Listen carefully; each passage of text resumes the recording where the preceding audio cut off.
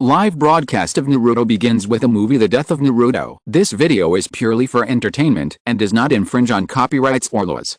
The rights to the novel and image belong to the original author. We do not claim ownership. Don't like waiting and want to listen to this fanfic in full now? Subscribe to our Patreon, where you'll find the best fanfics. Chapter 126. See, it's not just Naruto and the others, you have to work hard too. Jiraiya patted Kakashi on the shoulder and taught him, "You can't trouble me with everything. I'm also very busy. It's time for you to take up the burden of Konoha." Kakashi scratched his head in embarrassment, and Tsunade on the side bluntly exposed, "What are you busy with? Wandering around the ninja world, peeping at the female bathhouse and writing pornographic books? That's serious material, and I'm not traveling idly. The child of prophecy is still waiting for me to discover." Jiraiya quickly explained, and then looked at the silly Naruto. "I will take this kid to practice next. If you don't take over the position of Hokage, you will be the one who does nothing. Let me think about it again." Tsunade exhaled a little irritably. She really didn't think of taking over the position of Hokage, but after seeing the figure of the third generation who was willing to protect Konoha even at the risk of his life, her heart was inevitably shaken. No matter what, Konoha was founded and passed down by her grandfather, Hoshirama Senju, and it is also the carrier of the dreams of Rope Tree and Kato-den. How can Tsunade really not take it seriously? At this time, the scene is given to the ninjas fighting in the village, the Anbu team avenging their partners, the Hyuga clan's special skills, the wonderful cooperation of the previous generation of Ino Shikajo, and the unique secrets of the secret families such as Urame and Izuka are all presented on the sky. Konoha's ninjas will fight to the death to protect the village. Sarutobi Hiruzen seemed to have seen these scenes, with full of trust in his eyes. "I should have told you this before.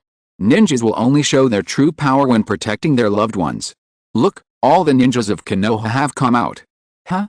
From this point of view, why does it feel that the joint attack of Sand Village and Itagakure has completely failed? Ha, now even robbing money is not possible. Sand Village may have to pay to redeem people. Although I didn't get what results. But it seems that this is the first time that Konoha has been invaded.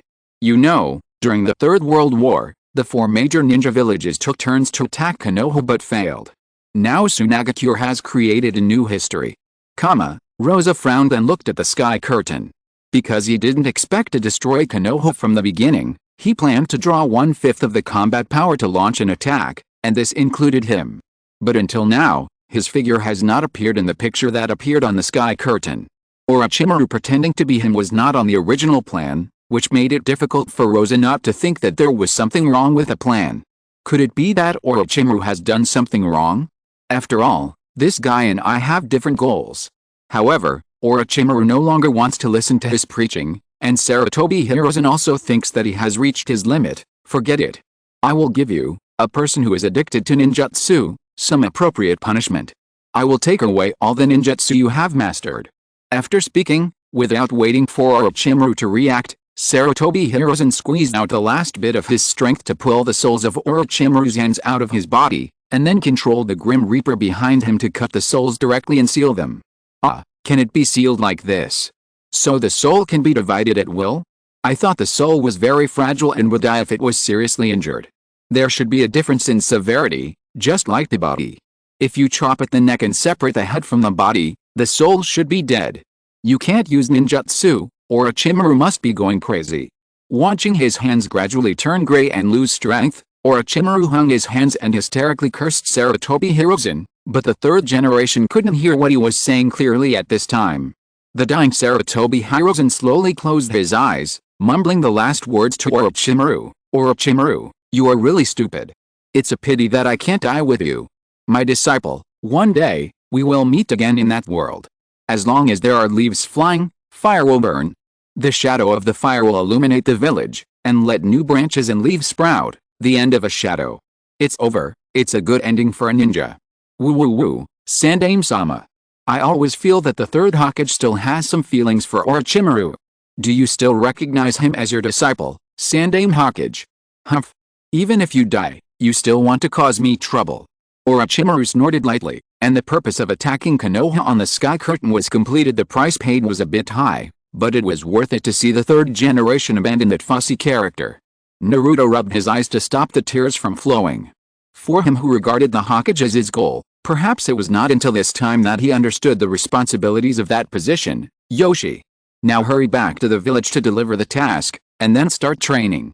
Jiraiya smiled at his vigorous appearance, then raised his head to look at the gradually darkening sky, thinking, this is the family you have been protecting, the third generation. They will pass on our will, just like you said, and continue to grow new branches and leaves. Pressing the bamboo hat on his head, Sarutobi Hiruzen was very satisfied with this ending. Looking at the sunny sky and the thriving village outside the window, he nodded with relief. The sky was completely dark, and then it was bright again as expected. With a bang, the tall Tancho Castle was directly crushed by an extremely large snake. Under Tancho Castle, Tsunade and Shizune, who were originally admiring the scenery, looked at this scene in surprise, until the two figures standing on the head of the snake came into view, and the two came back to their senses. With the cold face slightly obscured by his long hair, Orochimaru looked down at the two people and said in a hoarse voice, finally found you. It's Orochimaru again. It seems that he is in a hurry today. Isn't the keyword shadow? So it's Tsunade's turn next, the fifth Hokage. Tisk, it's impossible to tell what time it is from their looks. Konoha has so many good-looking people, let alone anything else. I seem to have some impression of the tower that was destroyed just now. It's the Tancho Castle on Tancho Street. Then Tsunade should not be the Hokage yet. Orochimaru looks so fierce. He won't want to kill the Hokage to vent his anger. Chapter 127. After the summoning was cancelled, Orochimaru and Kabuto came to Tsunade. Long time no see, Orochimaru. Tsunade greeted him and then expressed her doubts. What do you want to talk to me about? You don't want to catch up with me, do you? Orochimaru looked very tired, and tried to keep his voice steady while enduring the pain in his hands, and responded, I'll be frank. Actually, I have something to ask of you. Although Orochimaru didn't finish his words, Tsunade judged at a glance that he was seriously injured, and directly rejected his request without any politeness. Oh, it's a continuation of the previous story. Orochimaru, who had his hands disabled, came to Tsunade for treatment. Orochimaru was injured in the soul. Will Tsunade's medical ninjutsu work? Perhaps damage to the soul will also be reflected in the body? Didn't Tsunade see that there was something wrong with his hand at a glance? Putting aside Orochimaru's injury, the key is Tsunade's attitude towards Orochimaru. Orochimaru should be a traitor. Why is she so calm after seeing him? Perhaps Tsunade still remembers the friendship of their old companions. Don't be too naive. How could an S-level traitor like Orochimaru start fighting and killing as soon as they meet? There are many issues to consider. Orochimaru really doesn't consider himself an outsider. He just attacked Konoha, but he turned around and asked Tsunade for treatment. No matter how you think about it, this operation is outrageous. How could a person like Orochimaru do something he is not sure of? He probably has something on Tsunade. The one next to Orochimaru is his subordinate, right? Does anyone know him? Isn't this guy Kabuto Yakushi? I saw him in Konoha a few days ago. This guy turned out to be Orochimaru's undercover?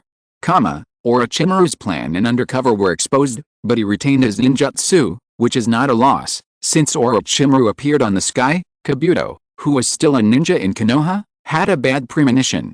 Now, as expected, his identity was also exposed by the sky. Fortunately, he prepared to escape in advance. As soon as he appeared, he left Konoha with the other two Otonin and went to a base in the Land of Fire. As for the subsequent pursuit of Kabuto, he was not too worried. After all, he was a man who could fight Kakashi on equal terms. Kabuto said that only Tsunade could heal Orochimaru's injuries, and Tsunade was also very curious about how he became like this, so she asked, this shouldn't be an ordinary external injury, right? What did you do? Orochimaru did not hide it, and answered frankly, it's nothing, I just accidentally got injured when I was killing the third Hokage. Orochimaru, are you serious? You are a rebel who begs others to treat you. Is it okay to be so arrogant? Looking at Tsunade's expression, it seems that she doesn't know yet, so in fact, if Orochimaru doesn't say it, she won't know at all. This guy is too lazy to even lie. You can't tolerate this here, even if Orochimaru is an S-level rebel, but now Tsunade has confirmed that he is injured. Hearing such words, why don't you beat him up? You, really? Tsunade's face sank slightly, staring at Orochimaru as if to judge whether he was lying. Hey, don't look at me with such a scary expression. All tangible things will eventually wither, and people are no exception. You should know this best.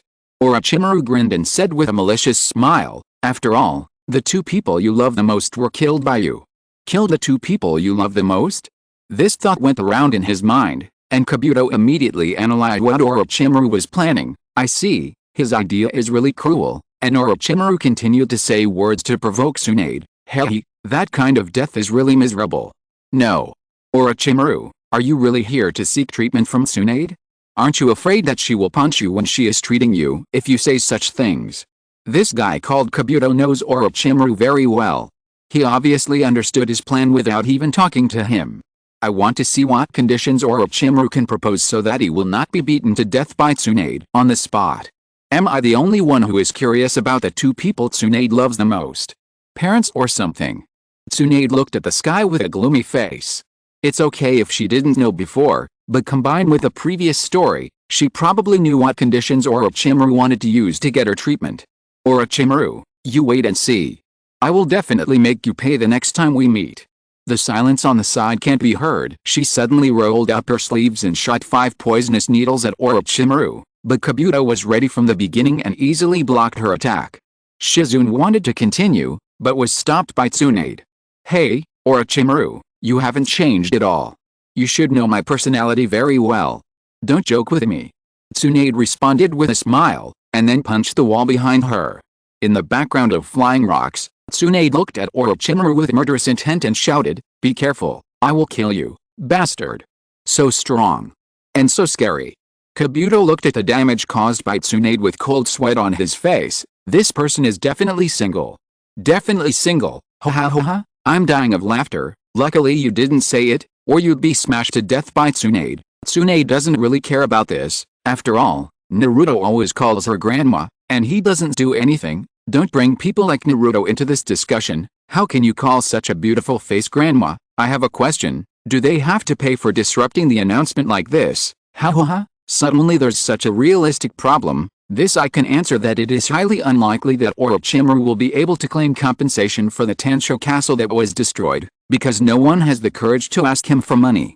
As for Tsunade, she probably couldn't get the money before she became Hokage. This guy is a deadbeat and still owes a lot of debts to casinos all over the place.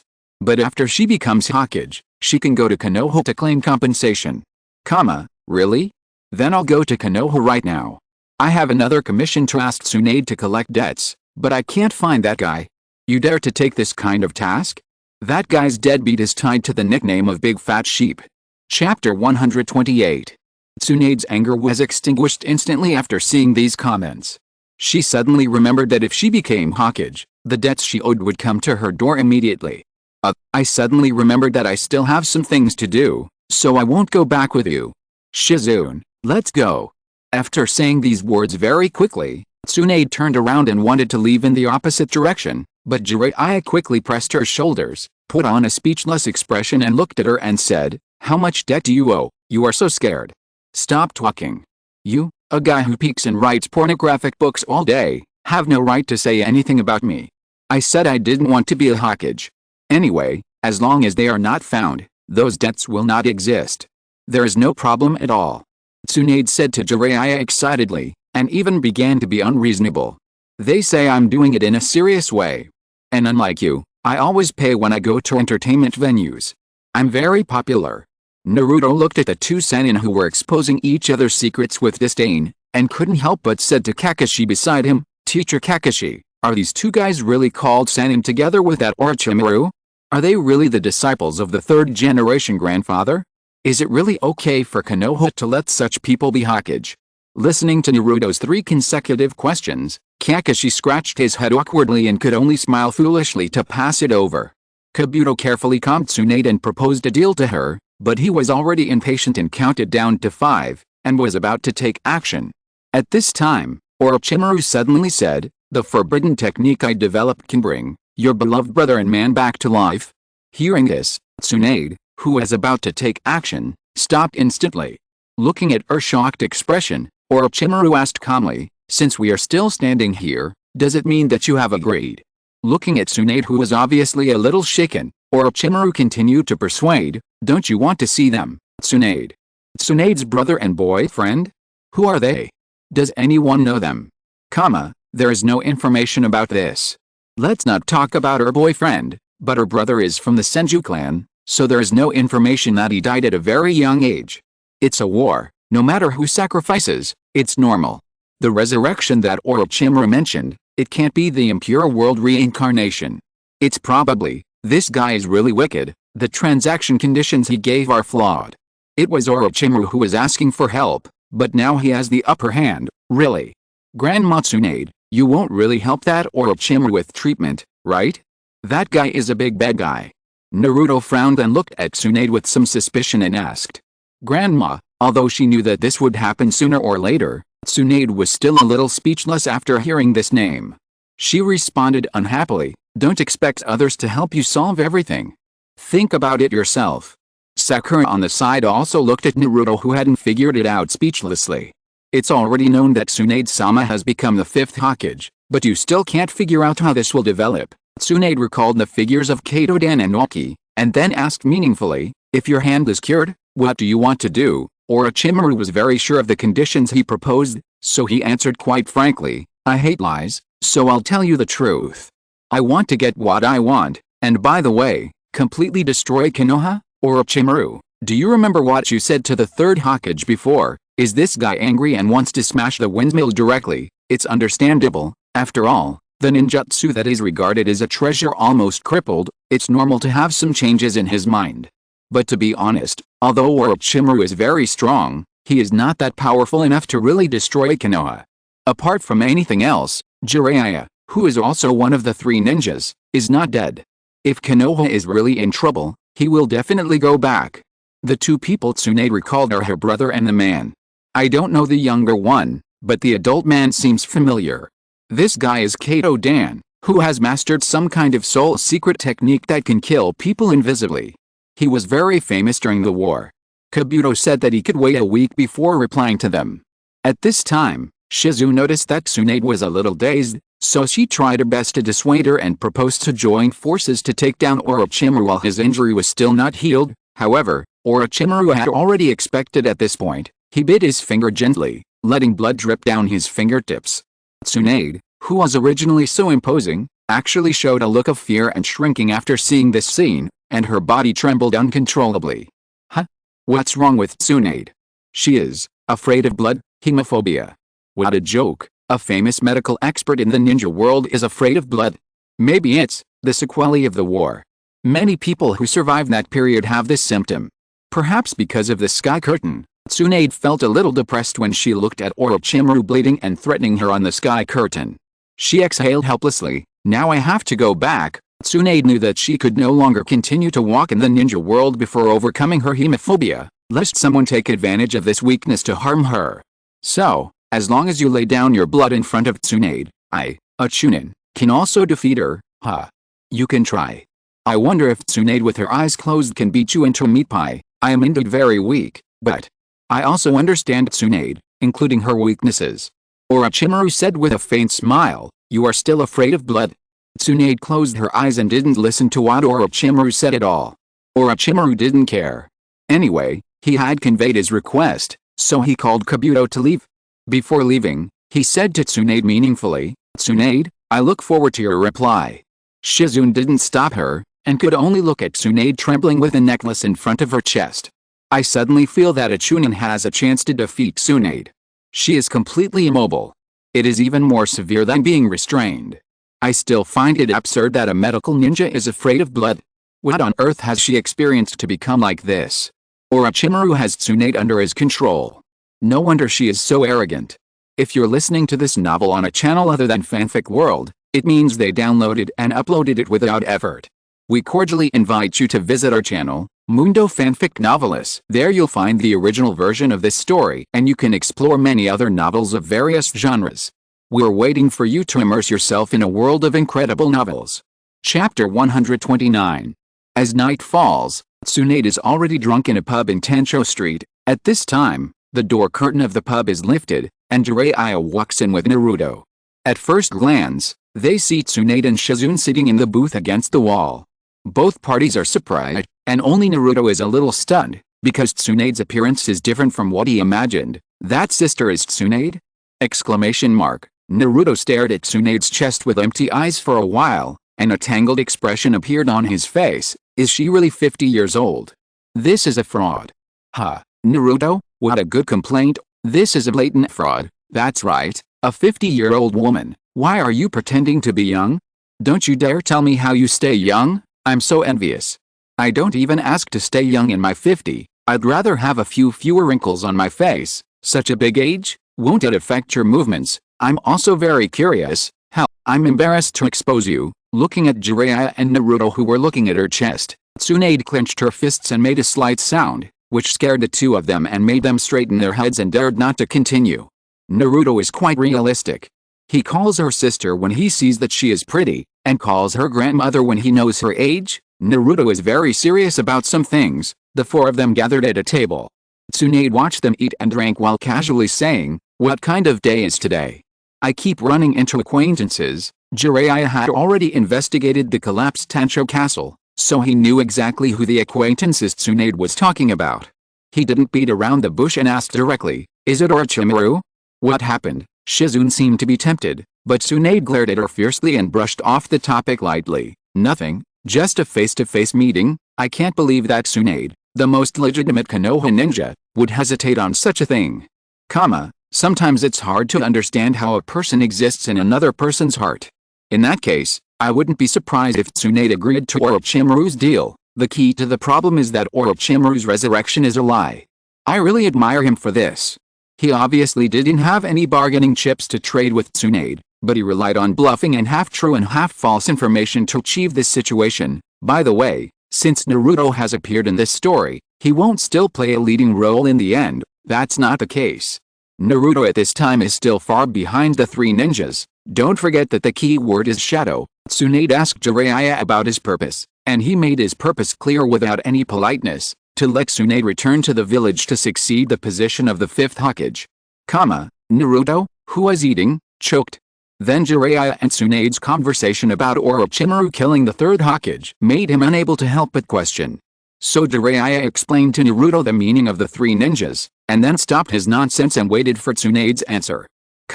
As expected, Tsunade refused. To be honest, in fact, the fifth Hokage doesn't have to be Tsunade. Isn't Jiraiya also quite suitable? It depends on personal wishes. If Jiraiya wants to be Hokage, he should be the fourth Hokage. Since he didn't, it means he is not interested in it. How can being a Hokage compare to being a writer? I'm still waiting for his new work. Forget about that kind of frivolous novel. By the way, when Jiraiya and Tsunade discussed Orochimaru killing the third Hokage, their expressions were very calm. It's not what I imagined. You think. You are all famous ninjas, and you are used to the departure of close people. Hey. What are you talking about? Naruto was completely confused by this inexplicable development. He pointed at Tsunade and shouted to Jiraiya beside him, "Lecherous sage, didn't you say you would bring her back to the village to treat Sasuke and Kakashi? How come you want her to be Hokage, and she refused?" Jiraiya was not impatient. He told Naruto the reason for letting Tsunade become Hokage, and also complained about why he, a Jonin, should care about such a big thing. Treat Sasuke and Kakashi? What happened? Did she get seriously injured when Sand Village and Sound Village invaded Konoha? Sasuke is okay, he is just a Jonin no matter what ninja, but I can't think of many enemies who can seriously injure Kakashi in a short time. Could it be that Kazekage has taken action, or Orochimaru has hidden some trump cards? Jiraiya didn't have any problem with Naruto's habit of interrupting regardless of the occasion, but he was very dissatisfied with his address. What kind of lecherous sage is that? Is this how you call your master? Hearing this, Naruto looked at him with some contempt. Grandma Tsunade said that you peeked into the female bathhouse all day long, and wrote the pornographic book that Kakashi teacher has been reading. You were knocked down by my seduction technique before. Is there any problem in calling you a lecherous sage? What do you know, little brat? If you are not lecherous, are you still a man? Tsunade looked at the quarreling father and son with disdain, secretly complaining in her heart, you have developed a ninjutsu like the sensual seduction technique at this age. You are just the same as Jiraiya, except that he is openly flirting and you are just shy. Looking at Naruto, who was speechless by Jiraiya, Tsunade also interrupted and complained, haha, Jiraiya, this kid is far worse than your previous apprentice. Not only is his eloquence and brains, but even his appearance is not flattering. Naruto was immediately angry when he was belittled by Tsunade. Unexpectedly, Jiraiya actually agreed with her. Compared to the fourth Hokage, no matter who it is, they will be inferior. Jiraiya showed a nostalgic look, because he is the most talented ninja in history. Not only is his ninjutsu outstanding, he is also quick-witted and well-loved, and he is as handsome as me. Pa.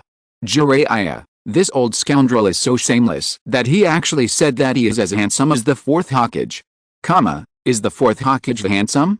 Although I have heard of his name, I don't know what he looks like. You can ask people who have seen him during the war. I believe their answers will probably be descriptions such as terrifying and invincible. Anyway, it is definitely not handsome. Chapter 130. The most talented ninja. Jiraiya's description is limited to Konoha, but that's not right. Although Minato Namikaze is strong, he should not be as good as the first Hokage. As a teacher, can't I brag for my students? I want to refute what Tsunade said. Apart from his brain, Naruto's eloquence and appearance are not bad. There is no way to quibble about this. This is what the future Naruto showed himself, and there are little girls who are fascinated by him, but even the fourth Hokage didn't live long. He lost his life for the village. Tsunade suddenly said something very disappointing, interrupting Jiraiya's memories. Life and money are different, so stupid not to cherish them. Ignoring the changing expressions of the people present, Tsunade continued, my grandfather and second grandfather, although they hoped to quell the war, they died in vain for the village without realizing their dreams. Why did the topic suddenly become so sharp? You are not drunk inventing your emotions. But think about it, it is true, all the Hokage died violent deaths. The leader of that village is not. That's right. Do you think there are many ninjas who can live to the end of their lives? In the Pure Land, the ridiculed Senju Hashirama lowered his head in frustration, and the whole person was shrouded in a shadow. I didn't expect that Suna would look at us like this. I'm so sad. Looking at his embarrassing appearance, Senju Tobirama shouted with a look of disappointment, brother, don't show this expression in front of the younger generation. Raise your head. Nose Tree on the side also comforted, it's okay, Grandpa. Sister was just stimulated by what Orochimaru said, and it's definitely not disrespectful to you and the second grandfather. Ming people stared at Tsunade with wide eyes, and Jiraiya also frowned and said, you have changed, Tsunade. I don't know what you think in your heart, but I didn't expect you to say such a thing. Humph, I am also a man in my 50s, time will change people. Tsunade restrained the expression on her face and lowered her voice and said, the same is true for Sarutobi teacher. Why are you still trying to be strong at your age? Of course you will die. Hokage is rubbish, only idiots would want to be one. All of Naruto's patience disappeared in an instant with this sentence. He stepped directly on the table and pounced on Tsunade, but was immediately caught by Jiraiya and stopped. Sure enough, he was venting. According to the story structure of the first few times of Shinmu, Tsunade's subsequent attitude change is probably related to Naruto. Indeed, according to Naruto's obsession with Naruto, how could he allow Tsunade to slander Naruto like this? Change? Tsunade murmured as she looked at Shinmu. She was indeed curious about how her knot would be untied, but could this kid who was either bickering with Sasuke or pestering Jiraiya with questions really be trusted? Thinking of this, Tsunade shook her head, I really lost my mind. It may not be the credit of this kid. You dare to laugh at the third and fourth Hokage in front of me. I don't care if you are a woman or not. Naruto stood on the table and looked down at Tsunade, his left fist slamming heavily on the palm of his right hand. I will beat you up. Tsunade stared at Naruto for a while, then she also put one foot on the table, facing him sideways. You are so brave, you dare to talk to me like this. Go outside with me, kid. Naruto is really reckless when he gets angry. Even the future Hokage will not be hurt. Naruto is being used as a punching bag by Tsunade. It's obvious that Tsunade is really a bully. Even children, the four came to the outside of the izakaya. Although they planned to take it out on Naruto, Tsunade also knew the limit, so she said that she would only use one finger to deal with him. Naruto naturally couldn't understand Tsunade's thoughts, and thought he was underestimated. He pulled out his kunai and rushed towards the other party with great momentum. However, the difference in strength between the two sides was too great. Tsunade took away Naruto's kunai with just one finger, knocked off his forward guard, and then flicked his finger on his forehead and easily knocked him out. The gap is bigger than I thought. Naruto at this age really has no ability to fight back in front of these famous ninjas in the ninja world. Tsunade is famous for her medical ninjutsu, right? I remember that she seems to be only good at physical skills in combat. I haven't heard of any representative ninjutsu. Just look at Sakura and you will know. Just think of Tsunade as an enhanced version of Sakura. Naruto touched his forward protector, then coquettishly glanced at Tsunade. This is the ninja who is known as the Three Ninjas together with Orochimaru. I never thought she was so strong. Jiraiya also glanced at Tsunade, his expression more or less speechless. This guy, his personality is still so bad. The forward protector and Tsunade fell in front of Naruto, and he realized how strong the other party was. Tsunade had no intention of chasing, and stood there looking at Naruto and asked, "Hey kid, I want to ask you a question while you are still awake. Why do you care so much about the title of Hokage? I am different from you. I must inherit the name of Hokage." Naruto answered with a firm face, "Because Hokage is my dream." Here it comes. The dream attack from Naruto. Oh. I know why Tsunade was changed later. Naruto said such a thing. How could it fail? I say, you really think this is a life-saving spell? Can Uzumaki Naruto not lose as long as he says this? At least it hasn't failed yet, and Tsunade's problem is not a big deal. It's just a knot in her heart that she can't figure out. Compared with other life and death situations before, it's much easier. The familiar answer made Tsunade see the figures of Rope Tree and Kaido-dan again. She became a little dazed and distracted. Naruto noticed this and didn't miss this opportunity.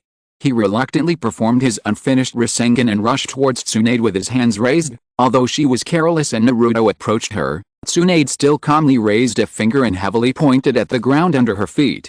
In an instant, a huge crack appeared on the road. Naruto stepped on the air and fell to the ground. The attack naturally failed. Oh. It's the Rasengan. From what Naruto said, he just learned the Rasengan. Tsunade's destructive power is a bit exaggerated. Is this really just a physical skill? Chapter 131. Although Tsunade was somewhat surprised that Naruto could master such a high-level ninjutsu, she still mocked him rudely. "Jiraiya, you taught him the Rasengan, right? How can you be a master if you teach him a ninjutsu that he can't learn?" No wonder this kid dreamed of becoming a Hokage and said nonsense. You can say anything, but Naruto absolutely can't stand having his dream mocked. He stood up and pointed at Tsunade and said shamelessly, "I didn't say anything nonsense, idiot. Give me 3 days, I can learn this trick." Tsunade is not good at judging people. She actually said that Naruto can't learn the Rasengan. If I hadn't seen Naruto's future performance first, I wouldn't think he could learn it. After all, his words and deeds are too deceptive. It's a lie. Naruto is a little stupid, but his energy and recovery ability are too extraordinary. As long as it's not a blood limit, I feel that most ninjutsu can be honed over time. Maybe he couldn't learn it before, but Tsunade even brought up Naruto's dream, so it should be okay now. Don't be ridiculous. No matter how hard you try, it's impossible to learn a ninjutsu like Rasengan in 3 days, even if Naruto has mastered the rudiments of ninjutsu now. Don't forget, Naruto in the future will need to use shadow clones to use Rasengan. It's not impossible if the difficulty is reduced. Naruto's attitude also made Tsunade interested in making a bet, so she smiled and said, "Then let's make a bet. I'll give you a week. If you can learn it, I'll admit that you can become Hokage, and..." Tsunade pointed to the necklace on her chest and said, "I'll give you this necklace."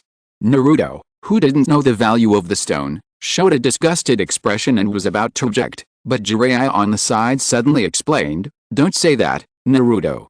That's the only ore in the world, and it's also the relic of the first Hokage. If you sell it, you can buy 3 mountains." Naruto's eyes instantly showed the symbol of, and then he put on an indifferent expression and approved the bet. Only Shizune kept frowning. "Tsunade, you never bet with that necklace. 1 week, this is not." Did Tsunade and Orochimaru agree on a time? Did Tsunade decide whether to trade with Orochimaru based on whether Naruto can learn Rasengan? 3 days becomes 7 days? With the simplification of the shadow clone, it is acceptable for Naruto to learn Rasengan. The necklace of the first Hokage? What kind of ore is so valuable? Unless this necklace has some special function or ability, 2 of the 3 mountains of value are supported by the name of the first Hokage. According to the previous tone of Shyammu, this necklace is the next key prop. At this time, Naruto, who is holding a water balloon to practice the first stage of Rasengan, subconsciously looked at the necklace on Tsunade's chest. Noticing his gaze, Tsunade proudly straightened her chest and pointed at the necklace and said, "What's up, kid? Do you still want to bet?" "What's the bet?" Naruto, who was somewhat obsessed with money, was indeed interested in the necklace. Seeing this, Tsunade raised her index finger at him and said, "Just like on the sky curtain, let's bet on whether you can learn the Rasengan, but this time I'll give you a month. But there is a restriction, you can't use the shadow clone to cooperate." Looking at the water ball in his hand and then at Tsunade's necklace, Naruto bit his teeth. "You said with high spirits, I promise you, I will definitely master the Rasengan in a month." "Very confident, not bad." Tsunade nodded with satisfaction, then took out a bulging toad wallet from behind and weighed it. "If you lose, the price is the same as on the sky, and all your money will belong to me." "Ah, my little toad." After that, Naruto and Shizune were sent by Jiraiya to find a place to stay first, while he and Tsunade found a small roadside shop to continue drinking and chatting. During the conversation, they talked about Naruto. Jiraiya suddenly changed the subject and asked without warning, "Will you meet Orochimaru again?" Hearing this, Tsunade widened her eyes slightly. Jiraiya explained with a smile, "It's written all over Shizune's face. Although I don't know what he wants to trade with you, but don't jump to conclusions. Jiraiya's mind is quite delicate. I thought he was the kind of fierce general who galloped on the battlefield." Tsunade's mental state, any normal person can see that she has problems. This is an observation from a third-party perspective. If you are in the game, you will probably just think that she is a drunk just a beauty. Also, I want to tell you that all the Hokage of the past generations have been determined to protect the village and the villagers, to pacify the troubled times and make the village prosperous, and to fight for this dream. You should be able to understand. At this point, Jiraiya restrained his smile, turned his head and looked at Tsunade fiercely. "If you dare to betray Konoha, I will take your life." Although Tsunade said that all this had nothing to do with her, Jiraiya, who knew her very well, didn't think so, and wanted to talk about some topics in the past to let Tsunade face her heart. But the more Jiraiya talked, the more the shadow of the past lingered, so Tsunade stopped his nagging later. Because of Naruto's topic, Tsunade recalled the figure of Naoki again. Not only were the two of them similar in age and appearance, but even their reckless personalities and dreams were exactly the same. No wonder Tsunade was a little out of control tonight. Jiraiya's eyes. This guy turned out to be this kind of personality. I don't know how she compares to Tsunade, but she is much stronger than the indecisive third Hokage. If the previous story was Jiraiya versus Orochimaru, it seems that there is a chance to kill Orochimaru. I think too much? Can Orochimaru fight the third Hokage with the same seriousness as Jiraiya? If it was Jiraiya, it would not be the impure world reincarnation of two Hokages. Maybe there would be a large army of impure world reincarnations. Tsunade's brother appears again and again. Sure enough, Naruto's role is to untie Tsunade's knot. It's so easy to understand. Naruto, who arrived at the hotel first, cheered himself up to the sky. At this time, Shizune knocked on the door and walked in. Because he thought she was in the same group as Tsunade, Naruto didn't welcome her very much, but Shizune felt that she had an obligation to tell Naruto about the necklace. Chapter 132. On the other side, Tsunade sat alone on the tollway at the entrance of Tancho Street. She looked at the necklace in her hand quietly, recalling the scene when she gave the necklace to Naoki and Kato Dantoki, as well as their sacrifices and the whole process of her suffering from hemophobia. In the hotel, Naruto also learned this from Shizune, but after listening to the whole story, he walked to the door with an indifferent face, turned sideways and said to Shizune calmly, "I have to go, practice." Although Naruto put on an expression of indifference, I know that he cares a lot in his heart. What's there to say about this kind of thing? Everyone knows it. Naruto is really easy to understand. He has always been like this, and he hasn't changed much even after several years. No wonder Tsunade cares so much about Naruto. It turns out that my brother and his partner both dream of becoming Hokage. No, these are not important. The key is the necklace. Could it really have some cursed power? Come on, it was a wartime period. It's not surprising that anyone died. It's just a coincidence. Humph. I thought Tsunade had some thrilling experience, but it turned out that only 2 close people died, and a medical ninja suffered from hemophobia. How boring. This kind of thing is not determined by the number of sacrifices, but by the feelings. People who say this probably don't know what love is. The reason I was able to survive on the battlefield was because of my longing for my child, so I understand Tsunade's feelings very well. Hoha, this person you understand has killed countless ninjas from other villages on the battlefield. They are enemies on the battlefield, but that doesn't stop me from understanding and admiring her. Why do you think Tsunade's reputation as a medical expert is recognized? It's because countless people have received her treatment and recovered their health over the years. Naruto didn't pay attention to the noisy comments on the sky screen. Looking at Tsunade's necklace, she picked it up and waved it at him without caring. What, are you scared? Are you afraid of being killed by this necklace? HMPH. Naruto crossed his arms and said with disdain, what curse? I don't believe it. Even if it is true, it can't do anything to me. Tsunade chuckled and ruffled his hair. Very good, keep it up. In the next few days, Tsunade wandered aimlessly in Tancho Street, either going to a pachinko shop to kill time, or finding a casino to play a few games, and sometimes going to Naruto's training place at night to watch him train. Orochimaru and Kabuto stayed in a nearby base waiting for the agreed time to arrive. Because he was not sure whether Tsunade would agree to their deal, Kabuto told Orochimaru his doubts, and Orochimaru confidently said that if soft methods didn't work, he would use hard methods. Will she obey willingly? Kabuto continued to ask, and then Orochimaru answered like this, don't we still have you? Hearing this, Kabuto smiled lightly, and did not object to Orochimaru's statement. Orochimaru means that this four-eyed guy named Kabuto is stronger than Tsunade. Don't forget Tsunade's hemophobia. Even if she can fight with her eyes closed, her strength will definitely be affected. Is Orochimaru so injured that he is confused? Can treatment be forced? If it is not handled properly, it is easy to die during the treatment. After all, a doctor has too many opportunities to attack patients. Just do it if there is hope. Even if it fails, it will not be a loss for Orochimaru. After doing nothing for a few days, Tsunade put on a decadent and lifeless face all day long, constantly switching the figures of Orochimaru, Shizune, Jiraiya, Rope Tree and Kato-dan in her mind, and she didn't know what decision to make. The night before the appointment, Jiraiya went to drink with Tsunade again, intending to test what Orochimaru had said to her, but he didn't expect Tsunade to take advantage of this and drug him. Jiraiya fell unconscious in the store. Tsunade returned to the hotel, treated the unconscious Naruto briefly, knocked out Shizune who was trying to stop her, and then left the hotel alone to meet Orochimaru. Jiraiya said it harshly, but in fact he had no suspicion of Tsunade at all. So Tsunade was planning to make a deal with Orochimaru at first, but changed her mind later. She drugged Jiraiya and knocked out Shizune, so it seems like that. The next day, Shizune was woken up by Naruto, feeling weak all over. Jiraiya also dragged with staggering steps to join the two. Orochimaru and Kabuto also went to the meeting place as agreed. On the way, Kabuto followed the order and split up to deal with Shizune who might get in the way. However, after arriving at the hotel where they were, he unexpectedly saw Jiraiya and Naruto, so Kabuto gave up the action and prepared to go back to report to Orochimaru.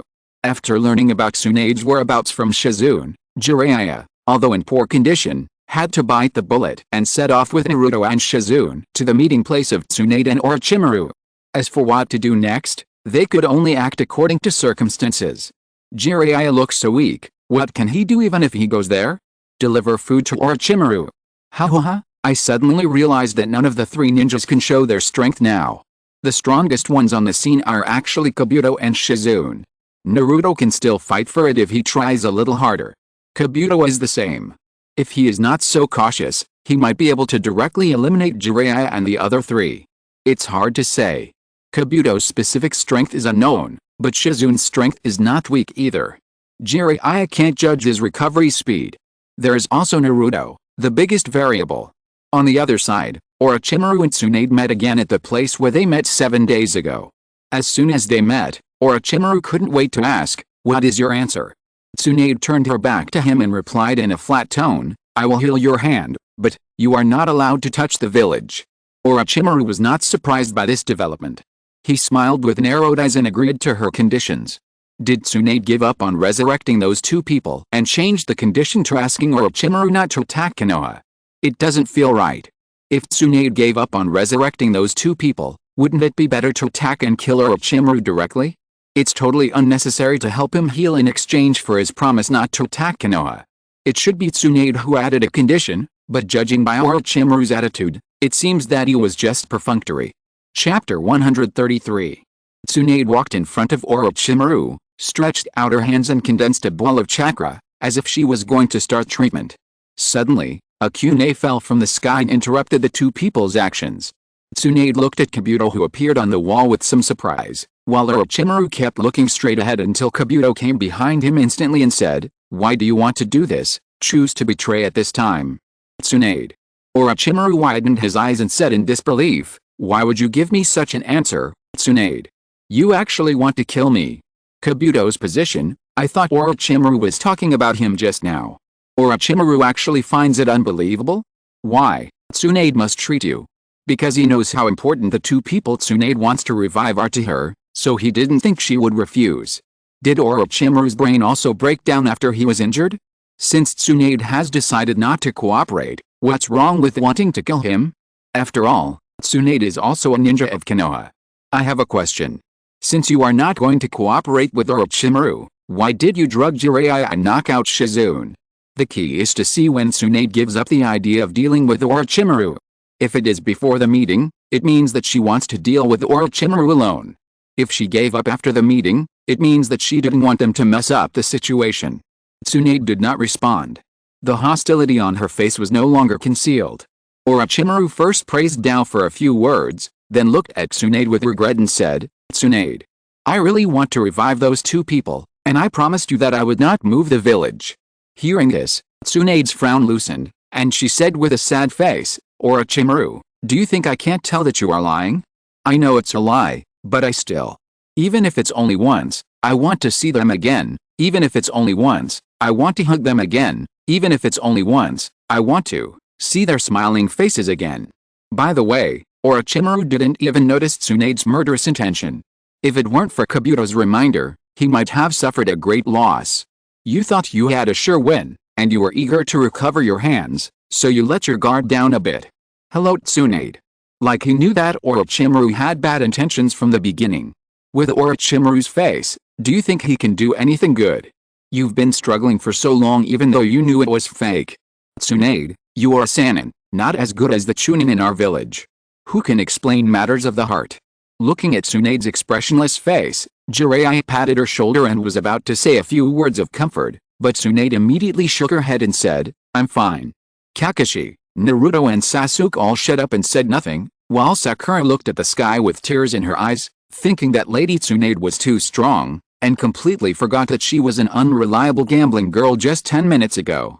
But, when the thought of meeting Naruto and Dansun came to my mind, I realized that I was a hopeless bastard. Tears could not stop falling, and Tsunade's voice was filled with tears. Just thinking of the two of them, I became so careless. I like them, I love them, so I hope to see them and hug them. At this point, Tsunade thought of Naruto's figure and the same dream, but I can't. It's that kid who made me think of their dream again, which I originally wanted to forget. Sure enough, this is the role of Naruto here. I always feel that it's not just Naruto. Other people sometimes empathize with him inexplicably. Orochimaru was just asking Tsunade why she wanted to kill him.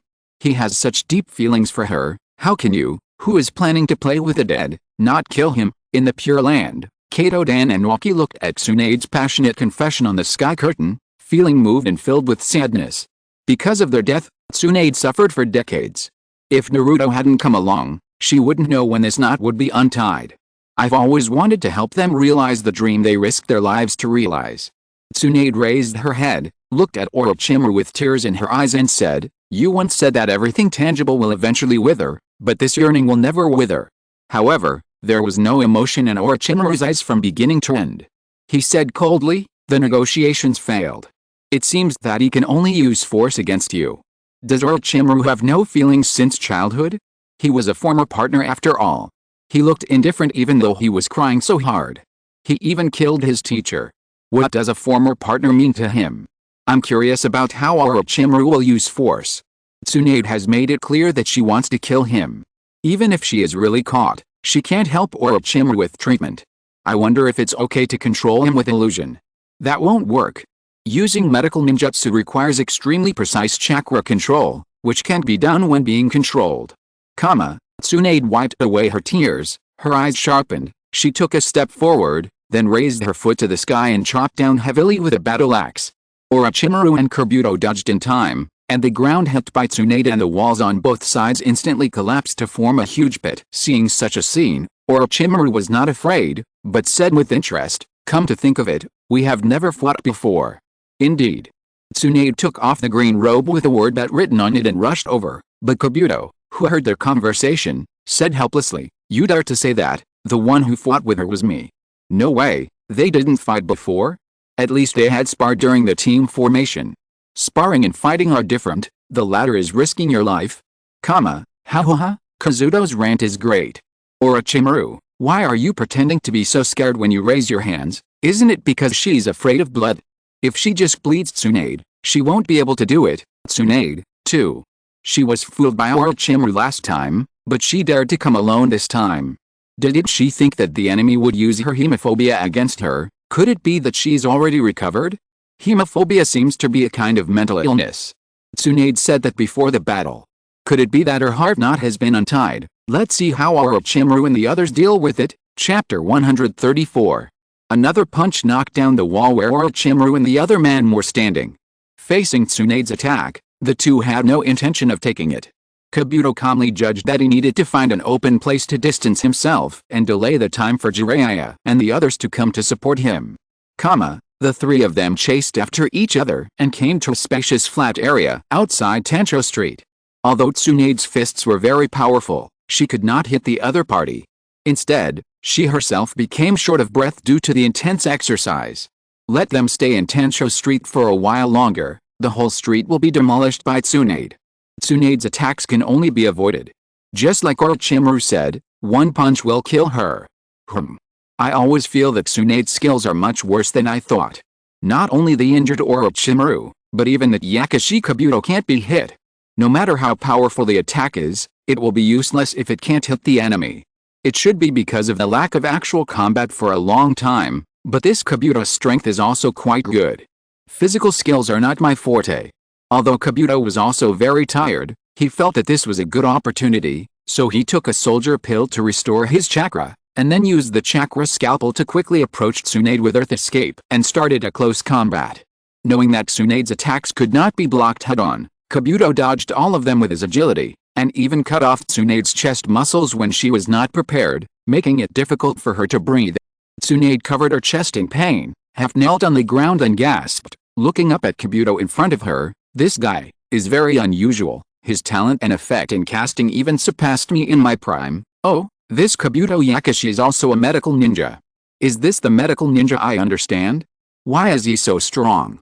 No, his skills are amazing. How can you say he is not good at taijutsu? He just said he is not good at it, but he didn't say he is not good at it.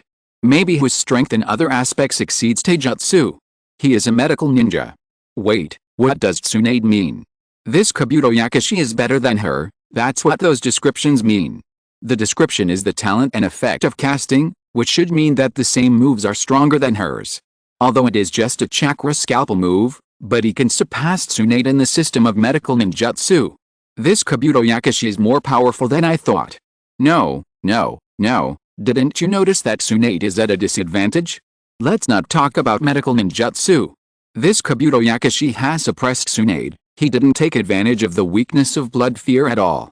He gained the upper hand only by relying on his poor physical skills. Has the strength of this Kabuto Kakashi reached the level of the three ninjas? Orochimaru stopped his hand movements and looked at Kabuto, who was helping him across from him, and teased, "Look, I was right about you. Even Tsunade recognizes your talent. You're joking, Lord Orochimaru." Kabuto pushed his eyes. His face was not as happy and excited as expected. "I am only a combat specialized medical ninja. Other aspects are not worth mentioning in front of Lady Tsunade, otherwise Lord Orochimaru's hands should be treated by me. Don't belittle yourself, you are still young, sooner or later you will surpass Tsunade, even me." Orochimaru licked his lips, looked at Kabuto's face with his yellow snake eyes, and said meaningfully, "Orochimaru, are you referring to the last time Tenmaku was reborn? Do you think I did it?" Kabuto looked directly into Orochimaru's eyes without fear. Seeing this, Orochimaru smiled and replied, "Who knows? Exploring the unknown is also one of my pleasures. You can't die yet, so I didn't aim at your neck, so you shouldn't be able to move." Kabuto pushed his glasses and said with a little pride. Tsunade sees this flow very well, and appeared behind Kabuto and stabbed him in the neck with a knife, knocking him out. Awesome. Ordinary people would have been unable to move because of breathing difficulties. Is it because of the fat in the chest that the scalpel didn't hit the target? Kabuto propped himself up and looked at Tsunade, who was half kneeling on the ground. It seems that she has to suffer a little more. The four-eyed guy was so proud. Look, he was slapped in the face right away. Tsunade's knife didn't cut off the opponent's neck directly. It seems that the damage caused to her by Kabuto is more serious than expected. Ha. The fat on the chest. In the eyes of the medical ninja, there is really no difference between men and women. I was wondering if Tsunade would be affected by her body, the influence of the material. I didn't expect that the big breasts would have such an effect. Kabuto is so arrogant, but I really didn't expect Tsunade to be outdone by a young man. This guy. Tsunade frowned and looked at the sky with a serious face. She knew that her strength was indeed not comparable to that during the war, but not everyone could be compared with her. It seems that in addition to overcoming hemophobia, I have to find a way to increase some actual combat, and I have to practice my hand feeling back. Tsunade clenched her fists and thought to herself. However, before Kabuto started to act, he suddenly showed a look of astonishment on his face. How could it be? I wanted to move my hands, but I moved my feet. Could this be? Kabuto had just realized what happened to him, and Tsunade had already rushed. She came over and punched him in the face. If he wasn't in a bad state, the fight might have ended immediately. Kabuto determined that his nerves were attacked, and Tsunade generously said that she had disrupted his nerve signals with chakra. Originally, she thought that a normal person could not continue to maintain combat effectiveness in this state, so Tsunade treated herself in an orderly manner, but she didn't expect Kabuto to adapt to this chaotic nerve conduction in a moment, and took out a kunai to continue attacking Tsunade. Disrupting the nervous system. This move can still be used in actual combat? I thought it was just to facilitate surgery. Others can't do it, but Tsunade must be able to do it. After all, she is the first person to make a name for herself as a medical ninja. Tsunade's condition is very bad. She has hit Kabuto twice, but the other party doesn't seem to be in any serious trouble. No, this pharmacist Kabuto is too powerful. He adapted to the chaos of his body in just a short time? Where on earth did Orochimaru find all these talented people? Chapter 135. Suddenly, a cloud of smoke exploded, and Jiraiya's sturdy body blocked Tsunade, followed by Naruto and Shizune. Orochimaru and Jiraiya greeted each other, and Naruto was surprised to see Kabuto. Just after saying hello, Tsunade pushed Jiraiya away and rushed towards Kabuto. Although it was a bit unexpected, Kabuto decisively cut his wrist artery and sprinkled blood on Tsunade, which made her stand still. Well, I didn't know Kabuto's strength before, but now I think it's inappropriate for Jiraiya to show up so carelessly. Tsunade's hemophobia hasn't been cured, so Jiraiya and his team are completely at a disadvantage. I feel that Kabuto can deal with all of them alone. Not really. Shizune is at least a Jonin. She may not be Kabuto's opponent, but it should be okay to delay time, as long as Jiraiya's drug effect wears off. Why is Tsunade so obsessed with doing it alone? I don't understand what she's thinking. It's not because of guilt or something like that. If that's the case, it feels a bit ridiculous. Knowing that your weakness is known by the opponent, it's quite reckless to make such a choice. My body has finally returned to normal. It's too difficult to deal with two Sennin at the same time. At least one of them must be spared. Kabuto said as he punched Tsunade and sent her flying. Incapacitate. Shizune quickly caught Tsunade, while Naruto looked confused. After hearing Jiraiya's reminder, he noticed that Kabuto was wearing the forward protector of the Sound Ninja. The three ninjas on the field now may not be enough to beat you. I finally understand why Kabuto didn't take advantage of Tsunade's fear of blood from the beginning. It turns out that he wanted to compete with the three ninjas. This tone is a bit too much. Kabuto probably didn't know that Jiraiya was drugged, so he put himself on the same level as the three ninjas from the beginning. From the current situation, it seems to be true. At least in terms of combat power, he is on the same level as Tsunade. Yes, I am a spy of Itagakure. Kabuto chuckled and admitted his identity, but Naruto still couldn't accept it. He stammered, What are you talking about? This can't be true. Kabuto-senpai.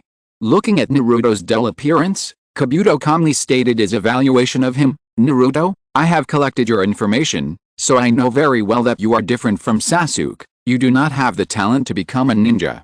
Without the talent of a ninja. If Uzumaki Naruto does not have the talent of a ninja, then what am I? Yakushi Kabuto, what kind of information did you collect? It is ridiculous to draw such a conclusion. In fact, if you think about it from another angle, it seems that what he said is not wrong. Didn't people always say that Naruto does not look like a ninja? The talent of fighting is not equal to the talent of a ninja.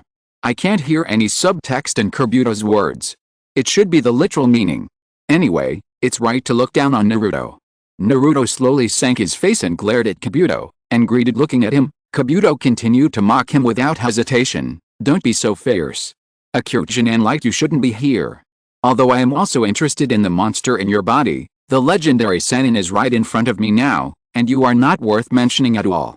You are like an ant now. If you are too presumptuous, I will kill you. Look, you know that Naruto is the Nine-Tails Jinchuriki and still give such an evaluation. From Kabuto's tone, why do I feel that he is a fan of the Sannin? The filter is a bit heavy. In Kabuto's eyes, the Nine-Tails is not as good as the Sannin. Amazing. If it is the Nine-Tails itself, it won't be the case, but the sealed Nine-Tails. Besides, Naruto can only use part of the leak the Nine-Tails chakra that came out. It's understandable that Kabuto didn't take it to heart. This guy, his words and expressions are so annoying. Naruto looked at Kabuto's disparagement with an unhappy face. Why do I know such a guy? He mentioned my name, which means he had contact with us when he was a spy. Sasuke answered Naruto's question. He probably came for me, and then met you by the way. Looking at Naruto who was still indignant, Sasuke said unhappily, why should we care about what that guy said? We just need to move towards our own goals. It's not up to him to decide whether we have talent or not. The enraged Naruto ignored Jiraiya's dissuasion, split into 4 clones and rushed up directly. He originally wanted to use Kabuto's injury as a flow. He used the bloody arm as a breakthrough point to launch an attack, but he didn't expect that Kabuto would use the blood to block his vision. All the clones were destroyed in a few seconds, and Naruto's body was easily thrown away. Shizune caught Naruto and spit out a poison needle from her mouth to force Kabuto back to Orochimaru. Naruto actually only created 4 clones to save chakra. He can also use the opponent's weakness to attack. Although it didn't succeed, it still feels incredible. He has made some progress, but not much. He was still aroused by the enemy's words all of a sudden. Shizune feels so tired, a motionless Tsunade, a powerless Jiraiya, and an impulsive Naruto. The two sides confronted each other. Jiraiya said that he would deal with Orochimaru, and Kabuto let Shizune take charge. Although Jiraiya proposed that Tsunade could help him recover, Shizune's examination confirmed that Tsunade could not move for a short time, so Jiraiya had no choice but to bite the bullet. Naruto asked about his own arrangements, and then was sent by Jiraiya to protect Tsunade with Tenten. He was naturally unwilling to do so, but was immediately stopped by Jiraiya in a serious manner. Just as that glasses boy said, you are still far away. The opponent is a Sannin like me, and he also killed the 3rd Hokage. I am the only one who can fight him. And the glasses man is not inferior to Kakashi in any way. Jiraiya is really good at picking. It is obvious that Kabuto is stronger than the opponent now. No problem, because Shizune is also stronger on their side. The two Sannin are going to fight each other. Oh, Jiraiya thinks Kabuto is as strong as Kakashi. If you're listening to this novel on a channel other than Fanfic World, it means they downloaded and uploaded it without effort. We cordially invite you to visit our channel, Mundo Fanfic Novelis. There you'll find the original version of this story and you can explore many other novels of various genres. We're waiting for you to immerse yourself in a world of incredible novels. Chapter 136. Then let's convert it. Can we say Kakashi equals Tsunade, and then Kakashi equals Sannin? You can also add Zabuza, because Kakashi equals Zabuza. Don't convert Kakashi. Kakashi is very tired, to be honest. Although Kakashi is powerful, his strength is not as good as Sannin. Jiraiya and Orochimaru are obviously stronger than Tsunade. Tsunade is mainly famous for her medical ninjutsu. Kakashi has many means and moves, and he can probably fight Tsunade, who has few attack methods, on equal terms. That's what those people said. What do you think, Kakashi? Are you interested in a fight? Tsunade clenched her fist and said to Kakashi with some intention. Hearing this, Kakashi waved his hands awkwardly and said sensibly, forgive me, Master Tsunade. Fighting with a medical expert like you, even if my chakra is exhausted, you are still alive and well. HMPH, I'm glad to know. As one of the three ninjas, Tsunade doesn't think her strength is much worse than the other two. Fighting is not just about using powerful moves, but also about endurance recovery. Naruto originally wanted to use the Shadow Clone to help cover, but was immediately stopped by Jiraiya, saying that this was just a waste of chakra. Although Naruto was unwilling, he still obeyed the order and did not act rashly. After the arrangement was completed, Orochimaru activated the summoning technique on his arm with the help of Kabuto, and Jiraiya also bit his finger and wiped it on his palm. Both sides used the summoning technique at the same time. Orochimaru summoned two huge snakes, while Jiraiya summoned a small toad the size of a palm in front of him. Jiraiya chose Orochimaru as his opponent because he knew that he would be dead if he faced Kabuto in his current state. Jiraiya, are you here to make fun of me? Ha, we're both in a bad state, but look how awesome Orochimaru is. Tisk. If it weren't for Tsunade's medicine, I would have beaten the shit out of Orochimaru. At this point, Jiraiya looked at Tsunade unhappily. Although he hadn't done anything, Tsunade still felt a little guilty. He said, I'll buy you a drink after we get back to the village. Jiraiya and Naruto couldn't hold back any longer. Seeing this, Orochimaru looked down at him and mocked him. Jiraiya, you're still such an idiot. Even if you have no talent, you shouldn't be like this. It seems that you were tricked by Tsunade. That ninjutsu requires a living sacrifice. Maybe she gave you a drug that suppresses your power just for this reason, so that you can be a living sacrifice. Kabuto echoed and provoked the relationship between Tsunade and Jiraiya. Damn it. I feel so angry when I see the lecherous sage being looked down upon. Naruto gritted his teeth and looked at Orochimaru with an unhappy face, and then he bit his finger and performed the summoning technique. Oh, Naruto already knows how to summon spirits. Orochimaru asked Kabuto for help, so Jiraiya asked Naruto for help. To be honest, if Tsunade didn't drug Jiraiya, nothing would have happened. Maybe she could have kept Orochimaru. The four people who were confronting each other looked at Naruto's actions in surprise.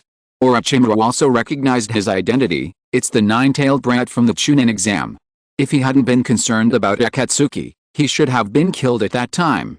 But only the third Hokage and Jiraiya can unlock the five elements seal. Kabuto understood Orochimaru's subtext and said, so, Jiraiya-sama has already. I guess so, if he can already use the power of the nine-tailed. What is Akatsuki? Is there anyone that Orochimaru is concerned about? It seems to be a certain mercenary group. The name of Ori is quite famous in the black market. What kind of mercenary organization is so powerful?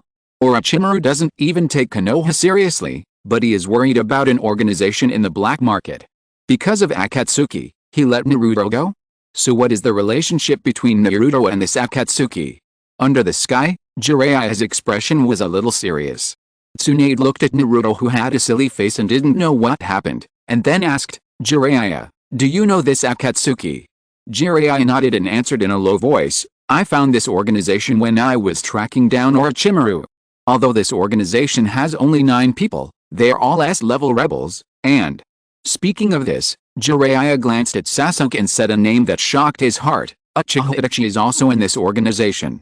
Sasuke was slightly stunned, and then showed a ferocious expression, yelled at Jiraiya, where is that guy now? Where is this Akatsuki? It was the first time for Naruto and Sakura to see Sasuke in such a state. They were both shocked and had no idea what was going on. Although the 4 adults knew about the Uchiha situation, they did not expect Sasuke to become like this just by hearing Itachi's name. Jiraiya didn't hide anything, because he didn't know the answers to Sasuke's 2 questions. I don't know about this. I only know that Akatsuki has recently started looking for various ninjutsu, props or special phenomena in the ninja world. I don't know if it was stimulated by Shyamamu. The reason for targeting Naruto is probably because of the 9 tails in his body. Damn it. Seeing that he couldn't get any information from Jiraiya, Sasuke clenched his fists with annoyance. Kakashi patted his shoulder and comforted him, I know you are very anxious, but things have to be done step by step, and you have to think seriously. What can you do now even if you know the whereabouts of Itachi? Looking at Kakashi coldly, Sasuke knew that he had never given up wanting him to give up revenge, but how could such a thing be done? The hatred of his parents and the blood of his family are always urging Sasuke to move towards Itachi. He is indeed greedy for the bond with Naruto, but if these bonds affect his revenge, he will cut them off without hesitation. Before Orochimaru finished speaking, the smoke that exploded when Naruto performed the summoning technique dissipated, revealing a small yellow skin toad under his palm.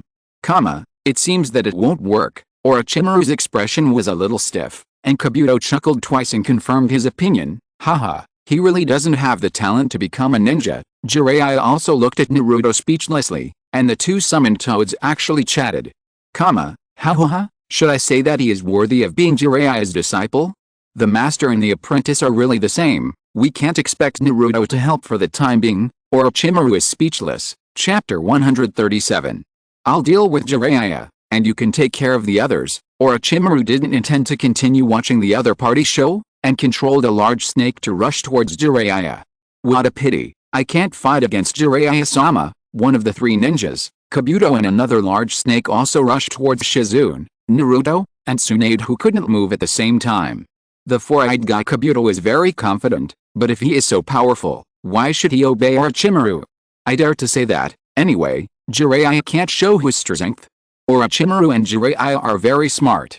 They know that their condition is not good, so they deliberately choose each other. It's better not to joke. Although Orochimaru's hands are sealed, it doesn't mean that he is weak. As for Jiraiya, it depends on the medicine Tsunade gave him and his own drug resistance. Maybe he will recover 70% to 80% of his combat power in a few minutes. The ground hit by the two big snakes exploded instantly, and everyone dodged in all directions. Naruto was swallowed by a big snake without noticing. Although he struggled to escape from the snake's mouth, he was hit by the huge body of the big snake on one foot, which made his body unable to move. Jiraiya used the yellow spring swamp to trap the snake controlled by Orochimaru, forming a one-on-one situation. On the ground, Shizune fought back and forth with Kabuto, but she was still one step behind and lost her mobility due to the cut tendons in her feet. See, Jiraiya can already use this level of ninjutsu. Shizune can't do it here. The gap between her and Kabuto is a bit big. I didn't expect Naruto to take action, but I still have to deal with a big snake. How could the enemy listen to your arrangements? At this time, everyone on the other side must be the target of attack. Orochimaru dragged his weak hands and rushed towards Jiraiya. Although Jiraiya had used the needle Jizo to defend himself in advance, he was still exposed due to the effect of the drug and was bitten by Orochimaru, who stretched his neck. Kabuto swept away Shizune, who was blocking Tsunade. The splattered blood in the fallen Shizune and Naruto reminded Tsunade of her nightmare again. Tsunade screamed in despair. Kabuto was unhappy and curled his lips. He punched and kicked Tsunade, who had no power to resist. Naruto, who was lying on the ground not far away and unable to move, could only watch this scene with resentment on his face. Orochimaru can exert more combat power than expected. Really? He can't kill people, but he's scary. Suddenly he stretches his neck to bite people. As a fellow medical ninja, Kabuto can't stand Tsunade's behavior. Maybe he regards Tsunade as a goal to strive for. Look at how rude he is. Tisk. Even I'm upset. One of the famous three ninjas is being bullied by such an unknown person. After today, he is no longer an unknown person.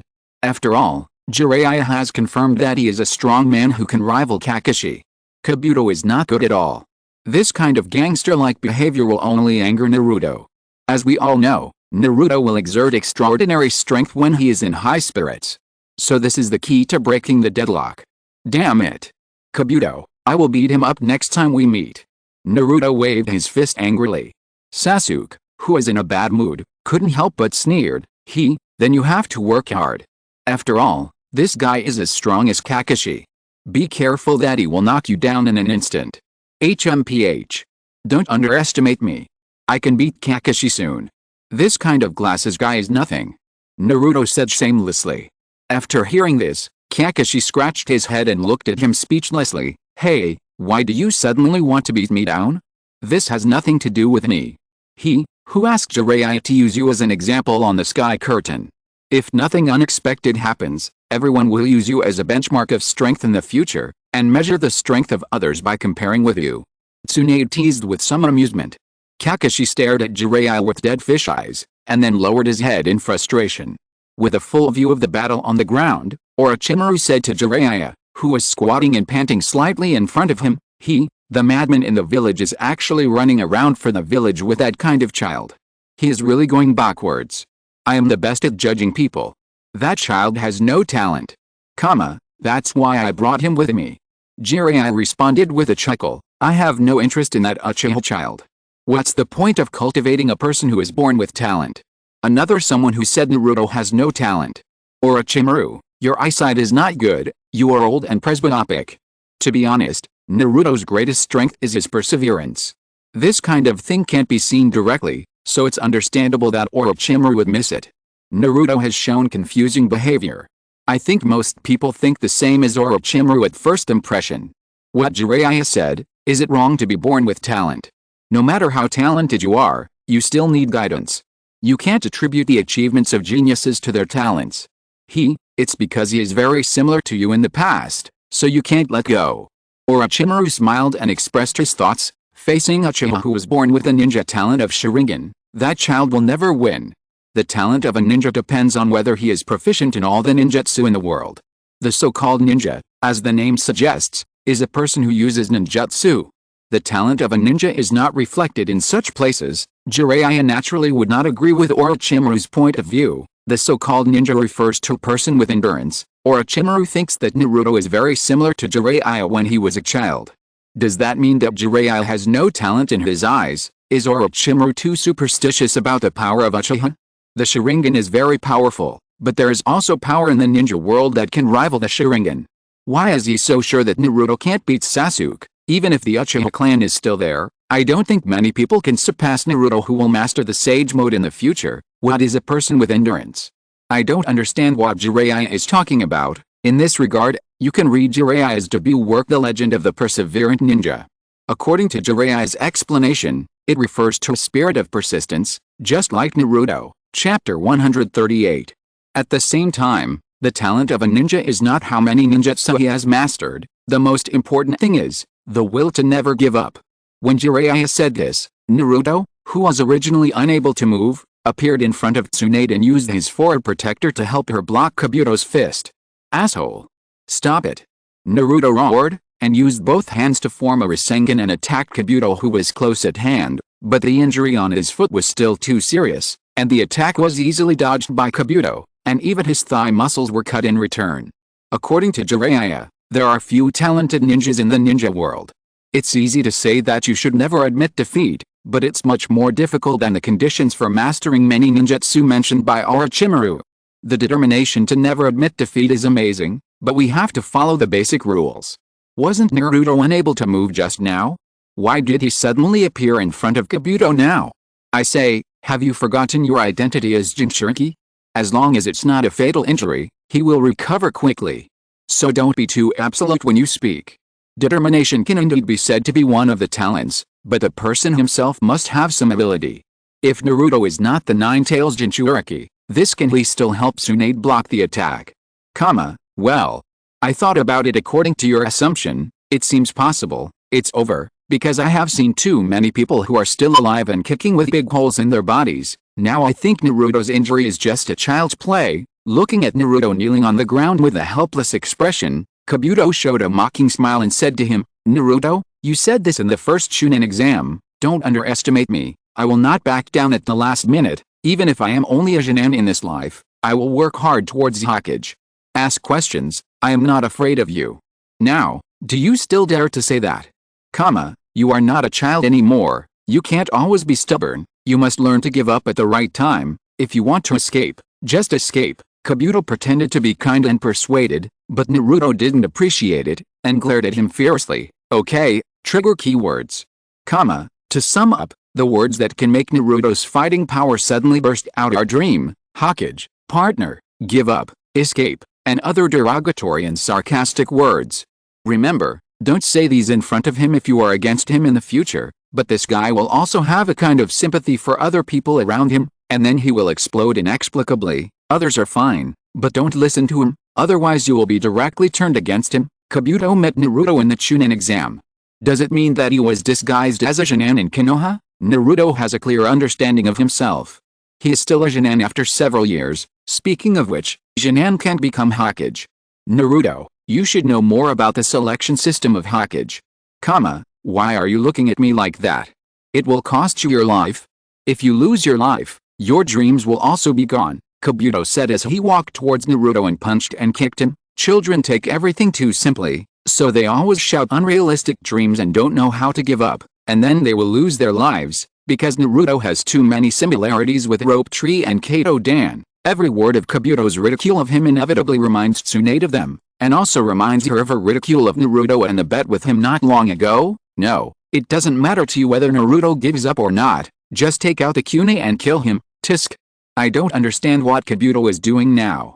He was so powerful before, why did he become like a gangster after Jiraiya and the others appeared? From their conversation, Kabuto and Naruto knew each other before, and he was not infected by his words and deeds again. Puff. Kabuto is the key to Tsunade's heart knot. Every word he says is poking at her heart and lungs. The key is Naruto. Kabuto is at most an assist, raising his hand with difficulty to deflect Kabuto's attack. Naruto stood up tremblingly and said firmly, "If you have something to say, just say it." "This is my ninja way." Somewhat impatient, Kabuto knocked Naruto in front of Tsunade. Looking at Naruto, who was reluctant but still forced to stand up, Tsunade murmured, "Why did you?" "Tsunade-san, according to our agreement, I will accept the ominous necklace. Look at Naruto like this. You know Jiraiya, how high is the talent standard of a ninja? Tsunade is going to recover, right? The direction of the development is too strong now. Why do I feel that Kabuto intends to make Naruto surrender? Did he see some shadow in him, just like those people who were changed by Naruto before? I was actually taught a lesson by a little kid. I am really." Tsunade held the necklace in front of her chest and looked at the figure standing firmly in front of her on the sky. Naruto heard Tsunade's words, pointed at the sky and said to her seriously, "Tsunade-chan, just like it is written on it, I will definitely learn the Rasengan within a month and then take your necklace. Okay, let me see your ninja way." Tsunade chuckled and ruffled Naruto's hair. She had a feeling that after this story was over, her heart knot should be mostly untied. After that, as long as she worked hard to overcome it, the fear of blood that had troubled her for many years would disappear. As an elder, "I can't lose to you." Naruto created a shadow clone, and Kabuto was also irritated by his insistence, so he drew out his Kune and rushed over. Don't worry." Amid Tsunade's dissuasion, Naruto directly met Kabuto's Kune with his palm, and tightened his fist with a pierced hand. "I will never die before I become Hokage." While speaking, Naruto used the Rasengan with the cooperation of the shadow clone with his other hand, and then pressed the Rasengan hard between Kabuto's chest and abdomen, who could not dodge. Rasengan. Sure enough, Kabuto intended to make Naruto give up. Is he trying to prove something? I wanted Naruto to give up, but I lost my mind. Why did Kabuto's level drop sharply after meeting Naruto? Kakashi will not fall for such a lame trick. It's the first time he used the Rasengan. This scene can be recorded. Chapter 139. Amid Naruto's roar, Kabuto was knocked out and embedded in a huge rock. Tsunade, Jiraiya and Orochimaru all looked at this scene in surprise. However, even after such a powerful blow, Kabuto did not fall down. Instead, Naruto suddenly vomited blood and fell down. Later, from Kabuto's explanation, Tsunade learned that he had already started treatment before he was hit. Although he could no longer move because of the exhaustion of chakra, he was much better than Naruto, whose muscles around his heart were cut. Naruto's Rasengan was such a big deal, but it only caused such little damage. This guy Kabuto has an extraordinary recovery ability, and his reaction is too fast. He not only counterattacked the moment he was hit, but also had the energy to heal in advance. No wonder he said he was not good at physical skills. In front of this level of medical ninjutsu, physical skills are really not very impressive. He can fight and heal, and he is loyal to Orochimaru. Where can you find such a good man?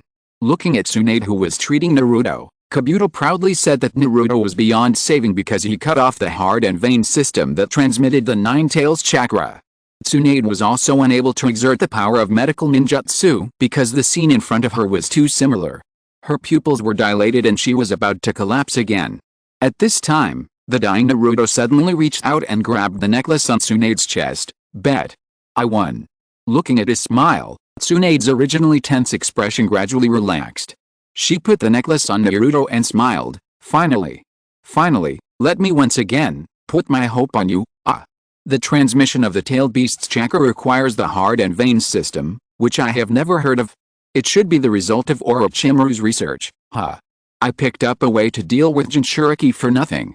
It's useless to know this weakness. Do you know how to use the chakra scalpel? Can you use it in battle? Can you destroy this tendon system precisely during the fight? If you can do that, wouldn't it be faster to just chop the opponent's neck directly? Alice, it feels like Shinmu has revealed weaknesses that the weak and the strong can't use. It's obviously a situation where Naruto can't get involved, but he still has to fight hard, so I'm not surprised that Tsunade can cheer up. I'm curious, if Naruto dies here, Tsunade will be useless. Of course, seeing hope shattered again is much more terrible than directly encountering despair. Jiraiya looked at Tsunade's deeply touched eyes and couldn't help but move his eyes to Naruto. This child is indeed the child of prophecy I'm looking for. This power to change people's hearts may be the answer to peace. In the belly of the god of death, Namokaze Minato looked at Shinmu with both pride and heartache, and at the same time, he couldn't help but blame himself. If he hadn't sealed the 9 tails in Naruto's body, perhaps all this would not have happened to Naruto. That kid isn't doing well. Orochimaru noticed the noise below and said meaningfully. Tsunade is a medical expert. Naruto is fine. You don't need to worry. Jiraiya was not worried about Naruto's injury. I'm fighting you now, and you still have the mind to look around. You misunderstood. Orochimaru stared at Naruto for a while. His expression was a little uncertain. I didn't expect him to be so powerful. It would be bad if he was caught by Akatsuki. So I have to kill him. Jiraiya, you are too relieved? If it weren't for Naruto's action, Tsunade and Shizune would have no chance to fight back against Kabuto. After so long, Jiraiya should have recovered a lot. Orochimaru can still hold on. No, Naruto's performance is not that great in Orochimaru's eyes. He just learned the Rasengan. Rasengan is all. Do you know how many people Minato Namokaze has killed with this trick on the battlefield? Naruto's strength is not that great in Orochimaru's eyes. The key point is mainly this Akatsuki. Akatsuki wants to capture Naruto? From what Orochimaru said, they want to use Naruto's power. They must have set their sights on the tailed beasts. After all, Naruto hasn't shown much strength at this age. This is the only reason why he was targeted by a black market organization. Has Akatsuki's purpose been exposed? As expected, Orochimaru shouldn't have been allowed to join in the first place. The thin Nagato looked at Shinmu expressionlessly. Although he was confident that he could successfully implement the plan even if Shinmu exposed his strength, it would be somewhat different from the original plan some ways. But now some people in the ninja world have guessed their purpose, so even if Akatsuki is not ready yet, they must start to act, otherwise when the 5 major countries are alert, the capture of the tailed beast will be very troublesome. Are you going to do it, Nagato? Even if Nagato didn't say anything, Konan guessed his idea at once, and Nagato nodded. Let Kakuzu go. The first target is the 7 tails of Tokigakure. Without any sign, Orochimaru suddenly ricocheted towards Naruto. Although Jiraiya wanted to stop him at the first time, he was caught by Orochimaru's tongue and fell directly to the ground. Using this traction, Orochimaru turned in midair and spit out a Kusanagi sword from his mouth to hit Naruto directly, but Tsunade, who had been treated, blocked the attack with her body. The Kusanagi sword pierced Tsunade's chest, and Orochimaru stabbed directly into the opponent's chest. This position is a bit bad. If I didn't know that Orochimaru was a pervert, I would definitely think of something wrong when I saw this scene. I say, have you forgotten that Orochimaru is a woman now? I can't help it. Tsunade's breasts are too conspicuous. In order to avoid being distracted, I always look at the sky with my eyes slanted. Why does it feel a bit vulgar when I hear this description? The same injury as the 3rd Hokage, but it seems very trivial on Tsunade. Tsunade. I don't want to kill you. Keeping that kid will cause endless trouble. Can you please stop hindering me? Orochimaru put away the Kusanagi sword, stood up and said to Tsunade. As long as I'm here, you can't hurt him. Tsunade said with a slight tremor in her body. Seeing this, Orochimaru showed a disdainful expression. Humph, you tremble at the sight of blood. As one of the 3 ninjas, why would you risk your life to protect such a Jonin? To protect Konoha? To protect the village? Tsunade turned her head and looked at Naruto gently, because this child will become Hokage sooner or later. Chapter 140. Orochimaru is very polite to Tsunade, but he can be ruthless to his teacher. Does this guy have any feelings for her? He is polite to Tsunade only because he needs help. How can this guy have feelings, huh? Even after all this, Tsunade's hemophobia is still not cured? I thought Tsunade would recover immediately after seeing Naruto fight so hard. Her heart knot has been untied. Logically, hemophobia should be tied to the heart knot. Don't you are talking nonsense. Besides, the Hokage is trash, only fools would want to be one. Orochimaru laughed wantonly, reminding Tsunade of her previous remarks again. Thinking of this, she looked at Orochimaru with a determined expression. Humph. It seems that I have to bet my life. Orochimaru was very unhappy with Tsunade's attitude, and once again stretched out the Kusanagi sword from his mouth and chopped her down with a diagonal blow, but when he was about to attack Naruto, Tsunade used her back to block the attack for Naruto again. I say. Orochimaru, are you really here for medical treatment? You and Kabuto are here to help Tsunade with her hemophobia. This assist is too accurate. This incident teaches us that we should not talk too much nonsense during a battle. Not only will it be easy for the smart people like the Nara family to take advantage of us, but it will also inspire the opponent without your knowledge. With Tsunade's injury, can she still maintain her combat effectiveness even if she overcomes her hemophobia? It will consume a lot of chakra to recover from the injury. Grandma Tsunade. Naruto frowned and looked at the sky with some concern. Tsunade noticed his expression and ruffled his hair carelessly. Why do you show this expression, kid? You don't think you are the only one who can show off and save people, right? I am Tsunade, one of the 3 ninjas, and I will protect you. This kind of brat doesn't take any effort at all. Jiraiya on the side couldn't help but interrupt and tease. Why are you showing off? You're almost stabbed into a blood gourd by Orochimaru. Tsunade suddenly grabbed Jiraiya's face with a dangerous expression. You say, what? What? I didn't say anything. Angered by Tsunade's repeated entanglement, Orochimaru kicked her away, then sneered and said, Humph, no matter how you pretend, you can't stop your body from shaking. You can't get rid of the shackles of hemophobia. With this kind of body, why do you want to get hurt for that kind of brat? Why do you want to fight for Konoha? Suddenly, Tsunade stopped shaking and kicked Orochimaru away without him reacting at all. Standing up, Tsunade unleashed the Yin seal, and black lines extended from the diamond mark on her forehead, because I am the 5th Hokage of Konoha. Why is Orochimaru the same as Kabuto? Do you really want to change your opponent's mind? I've recovered, and the next battle is coming. Is this a curse seal, Tsunade? The mark on the forehead turned out to be some kind of ninjutsu mark. I thought it was some kind of decoration. That's the point. The next is the Battle of the Shadows. Tsunade activated the ninjutsu creation regeneration to heal the injuries on her body. Although she said that in this state, the cells will automatically divide and repair the damaged wound organs, which means that she is immortal in battle, but Shizune, who is watching the battle, knew that the number of cell divisions was limited, and excessive division would lead to a shortened lifespan. But Tsunade had no time to take care of these things at the moment. Orochimaru also felt something was wrong and quickly dodged to Kabuto's side, and then with his help, he performed the summoning technique to summon 10,000 snakes. Jiraiya and Tsunade also performed the summoning technique at the same time. When the smoke dissipated, 3 huge monsters appeared on the battlefield.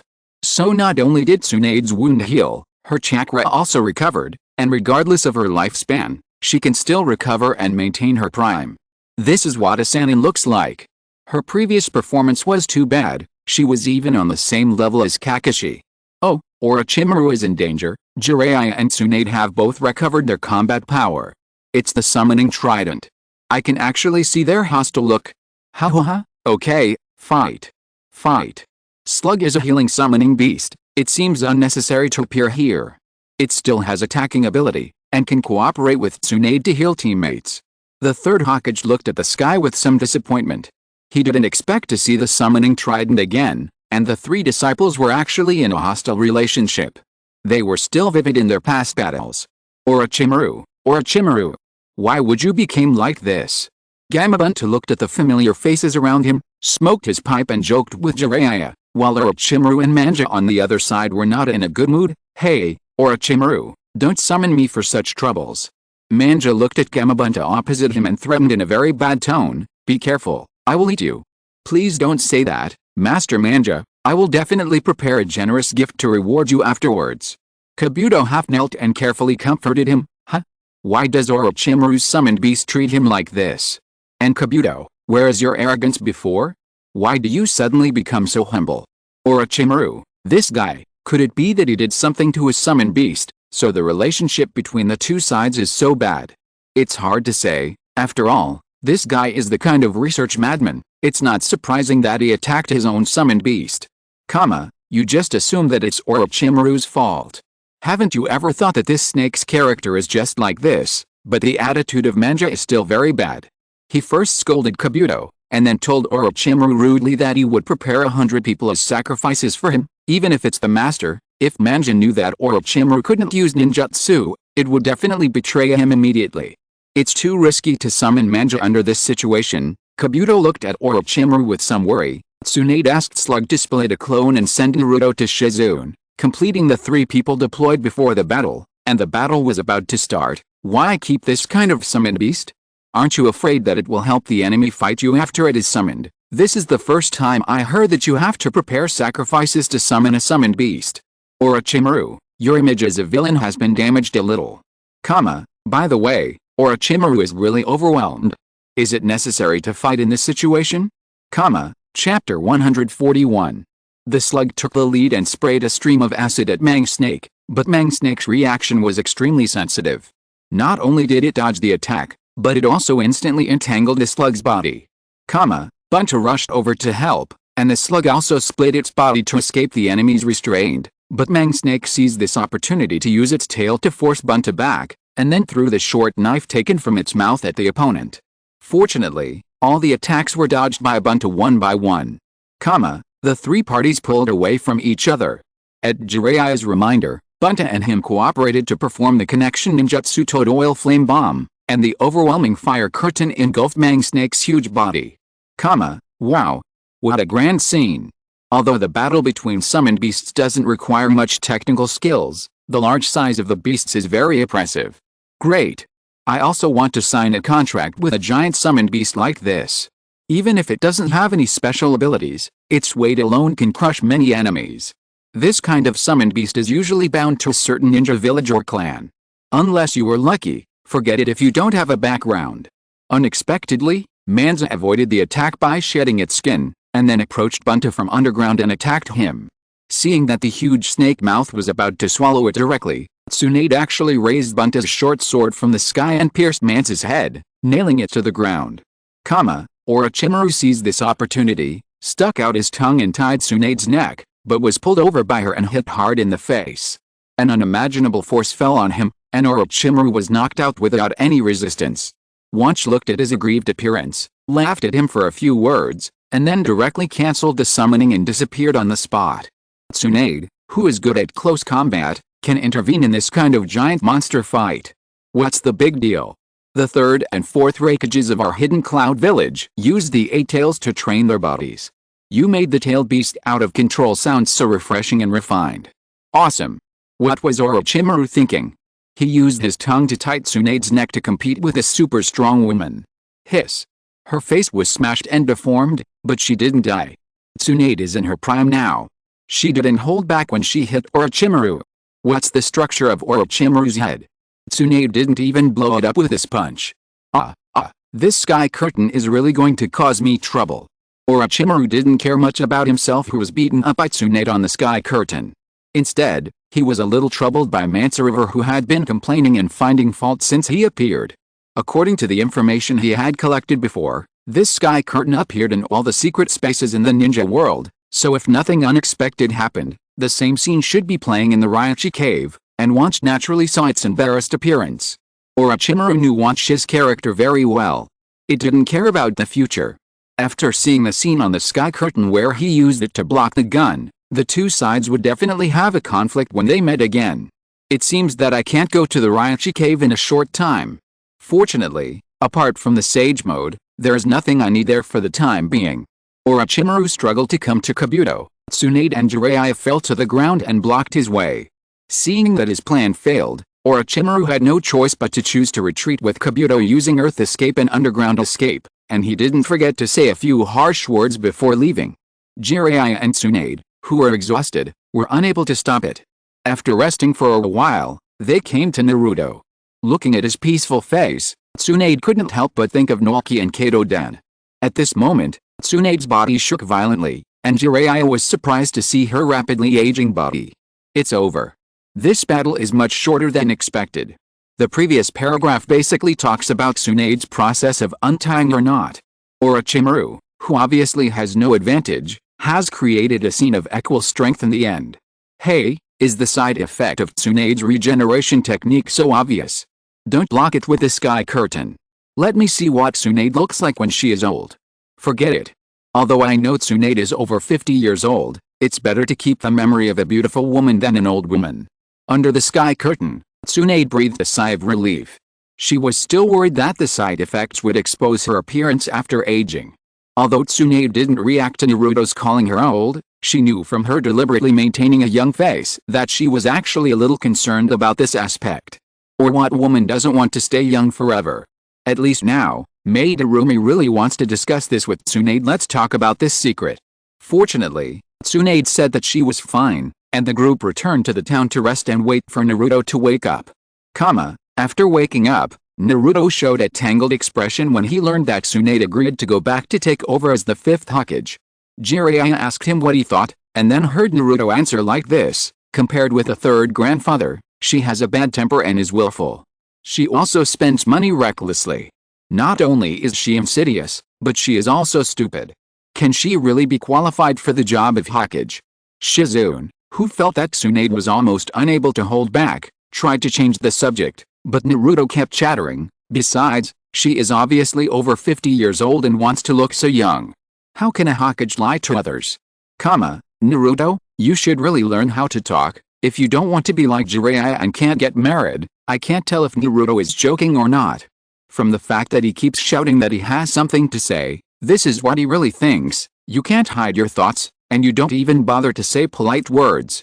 Is it okay for such a straightforward person to be a Hokage, asshole? Tsunade turned her head and glared at Naruto. He subconsciously hid behind Jiraiya, but he quickly reacted and stuck his head out to grin at Tsunade. Seeing his childish look, Tsunade snorted unhappily. Since you performed well before, I won't beat you this time, but as a punishment, I will take half of the money in your wallet to drink. No. Tsunade, who was dissed crazily, couldn't help it, and angrily said that the two of them should go outside to make a break. The process was no different from before. Tsunade also used only one finger to lift Naruto's forehead protector, but this time, Naruto's forehead was greeted by a light kiss instead of her finger snap. Be a good man. Looking at the face in front of him that had faded away the clouds and revealed a beautiful smile, Naruto also smiled brightly. The mission was successfully completed, and everyone packed up and returned to Konoha. Rope tree, broken, the child who inherited your dream, is here. Chapter 142. A 50-year-old woman's kiss, is it sweet? Fuck. Don't mention age, could it be that the necklace plus the kiss is the complete step of the curse? Tsunade is taking revenge on Naruto for what he said about her just now. Really, the story of the second cage is over. Is there another one? It's lit again. I hope this time it's not the story of Konoha. The crisp sound of bells rang out in the desert filled with yellow sand, and two figures wearing red cloud and black robes and wearing bamboo hats swaggered towards the narrow wall of the sand village. On the wall, the sand ninja in charge of guarding noticed someone approaching, narrowed his eyes and observed the other party's attire, and was immediately startled. There are red clouds embroidered on the black coat. Could that be? Contact Captain Yura immediately. The guard turned around and found that Yura, who was to be contacted, was standing beside him, so he hurriedly reported, Captain Yura, the organization you mentioned last time has appeared. I know. Yura responded calmly, then grabbed his collar and said coldly, don't worry, it will be over soon. Sand Village, this time it should be the story of the Kazakage. It won't become Konoha again in the middle. This outfit, if I'm not mistaken, should be the uniform of that Akatsuki. Oh, this is the mercenary organization Akatsuki. Why are they coming to the Sand Village?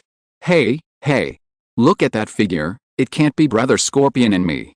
Dieter looked at the two figures wearing Akatsuki uniforms on the sky curtain, and said with a slightly excited expression, is it our turn this time? Is the sky curtain going to show my art to the whole ninja world?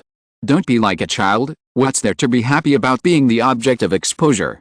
Scorpion controlled Nephaliuhu and glared at Dieter fiercely, then raised his head and stared at the sky curtain. Yura is useless, and we have to find another way to catch the next one. Brother Scorpion, are you worried about this? It doesn't matter. Even if it is exposed by the sky curtain, I will use my art to blow up all those who oppose us.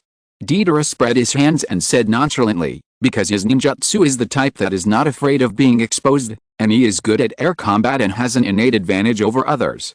It's up to you, but if you keep this kind of personality, you won't live long.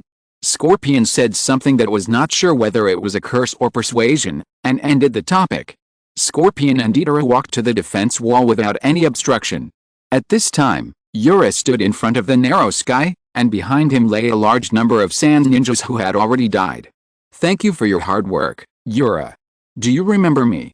Scorpion, who was lying on the ground with his body hunched, said in a hoarse voice. Yura, with blood on his body, knelt on one knee in front of Scorpion and said respectfully, "Yes, Scorpion-sama. Oh, Sand Village is so lucky. The sky curtain helped them expose an undercover. This guy is quite powerful. He actually solved all the guards in such a short time. How could it be that Yura is an undercover?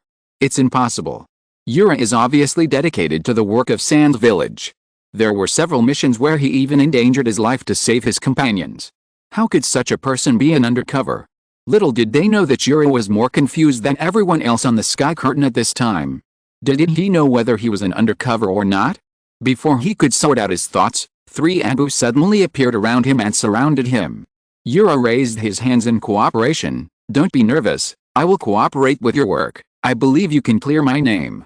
Looking at his serious and determined eyes, the 3 Anbu also suspected that there was something wrong, but the order had been issued, and it would be clear if the village investigated whether he was an undercover.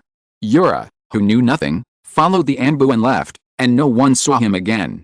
Scorpion. Could it be the traitorous Sand Ninja Scorpion? So this is considered an invasion by our own people, just like Uchiha Madara's invasion of Konoha? What a lousy metaphor. If it's Scorpion, it makes sense. Maybe this Yura is his subordinate. According to the prior agreement, Deidara was ready to take action after entering the Sand Village. He spit out a piece of white clay from his mouth, and after he kneaded it, it turned into a big white bird. "Brother Scorpion, you just watch here." As Deidara rode on the big bird, he also did not forget to brag to Scorpion about his artistic taste. "How about my artistic style, brother?" However, the taciturn Scorpion had no intention of chatting, and said directly, "Don't make me wait too long time, Deidara." "How?" With a light laugh, the big bird controlled by Deidara flew into the sky. One-tailed Jinchuriki. Sandfall Gara. How strong is he? Huh? What kind of person is this? He actually has a mouth. No, a mouth on his hand. This guy is Deidara, the rebel ninja from the Hidden Rock Village, and he is from the Hidden Rock Demolition Team. Deidara, I remember he was the disciple of the third Tsuchikage. Well, another disciple of a cage? So this yellow-haired guy, are you interested in going back to kill your teacher and destroy the Hidden Rock Village? Ha ha ha, although the two are very similar, please don't substitute Orochimaru. Seeing this sentence, Deidara snorted unhappily. You actually compared me with that Orochimaru. That guy is just my target. The target is the Jinchuriki. Huh? Who did he say the one-tailed Jinchuriki was? Huh? Gaara is actually the one-tailed Jinchuriki. I remember Gaara seems to be the son of the fourth Kazekage. Raza is so cruel that he regards his own son as a Jinchuriki. The murderous aura on Gaara's body could not help but escape when he saw this sentence. Father and son? The relationship between him and that man cannot be summarized by such a simple word. It was said earlier that Akatsuki's target is Naruto, and now there is Gaara, so they are collecting Jinchuriki or tailed beasts? It's too bold. A mere mercenary organization dares to provoke the 5 great nations. Ha ha ha, every time I see these villains' identities and purposes exposed, I am very happy. I wonder if Akatsuki can withstand the search of Konoha and Tsunagakure next, and maybe other ninja villages will join in. After all, the tailed beasts are basically in the 5 great nations. That may not be the case. Deidara and Scorpion are both S-rank rebels. Even Orochimaru is wary of this organization. As long as this organization has a few more members who are comparable to Deidara, the 5 great nations may not be able to do anything to them. If you're listening to this novel on a channel other than Fanfic World, it means they downloaded and uploaded it without effort. We cordially invite you to visit our channel, Mundo Fanfic Novelis. There you'll find the original version of this story, and you can explore many other novels of various genres. We're waiting for you to immerse yourself in a world of incredible novels. Chapter 143. Through the observation of the mechanical eye on his face, Deidara confirmed that there were 3 people in the Sand Village monitoring the sky. This village is built quite artistically, So it is more worth destroying, huh? Deidara commented on the shape of the sand village while taking out explosive clay from his pocket to make 3 small spiders. Next, we have to act secretly. At this time, sitting in the office of the Kazakage, Gaara, wearing a shadow robe, looked at the sky outside the window and seemed to have discovered something. Sandagakure is such a big village, but there are only 3 people guarding the sky. I subconsciously want to scold. It's normal to think about it. There are basically few ninjas in the ninja world who can engage in air combat. Although there are few, it's very annoying when you really meet them. They can fight and run in the air, but if the attack distance on the ground is not enough, they can even stare blankly. The most famous ninja in the ninja world who can fly now is the 3rd generation Tsuchikage of Iwagakure, Ninjatara Inoki. During World War II, there was also a country of the sky, but their attack power was too weak, and they could only play a harassing role. What is this guy named Deidara talking about? What does he mean by looking artistic and having the value of destruction? This is what terrorist talk is like. Can you guys in Iwagakure be better? Good, if you want to bomb yourselves first, don't go wild in our sand village. Damn kid, how dare you look down on us sand village? How do you think he became a traitor? The one that flashed by just now seemed to be Gaara. I thought I saw it wrong. I seemed to see him sitting in the office of the Kazakage, wearing the clothes of a senior official. I remember the keyword today is shadow. So Gaara is Kazakage. Dense exclamations appeared on the sky, and almost all the sand ninjas who saw the sky couldn't help sending bullet screens. How is it possible? How could that guy be the Kazakage? Fake. This must be fake. Well, although Gaara is the one-tailed Jinchuriki, he is the son of the 4th Kazakage after all. Is it so unbelievable that he became the Kazakage? Don't talk nonsense if you don't know anything. That guy is a complete monster in our sand village. Raza looked at the sky with a dazed expression, then lowered his head to look at the environment around him and the desk in front of him. Yes, this is what he saw on the sky just now. Gaara became the Kazakage? How could he become the Kazakage? And more importantly, where did he, the 4th Kazakage, go? Temari and Kankuro couldn't hold back their expressions. They turned their heads stiffly and looked at Gaara beside them. No one knew Gaara better than the 2 people who spent every day with him. It was precisely because of this that their first reaction after seeing the picture on the sky was to deny it. Gaara, the person involved, was stunned for a moment, then his eyes widened suddenly. Not to mention other people, even Gaara himself did not believe what happened on the sky curtain. How could those people in the village who feared him let him become the Kazakage? Moreover, Gaara never intended to become the Kazakage. His biggest goal was to kill the cold-blooded father one day. Could it be that he automatically took over after killing him? Thinking of this, Gaara lowered his face and looked at the sky curtain coldly, intending to see what was going on. Under Deidara's control, the 3 little spiders approached the 3 guards silently, and then pounced on them before they could react. What a weird thing. You actually said it was a weird thing. It turns out that only fools don't understand art. Deidara, flying in the air, sneered and said, let you experience it for yourself. Art is explosion. Is it because I'm old that I don't understand what young people are thinking nowadays? I understand every word Deidara said, but I don't know what it means when they are put together. Art? Explosion? I don't understand how these 2 words are related. So this kind of ninja with a problem in the brain, Iwagakure, you guys should keep an eye on him. Why let him out to harm others? You will understand when you are blown away while listening to art. It turns out that there are so many fools in the ninja world. They can't even understand obvious art like mine. Deidara fiddled with a small piece of clay, looked at the comments about himself and the barrage with disdain. There have been enough arguments about art in the past, but at this time, Scorpion couldn't help but say, that only shows that your art is not real art. On the contrary, my eternity is obvious. Even people like Orochimaru who don't understand art know that only eternal life is meaningful. As expected, the 2 fell into the same quarrel as usual, and finally failed to discuss the reason. After easily solving the 3 guards, Deidara landed confidently to show that the infiltration was successful. As a result, when he looked up, Gaara was standing in front of him ready to go.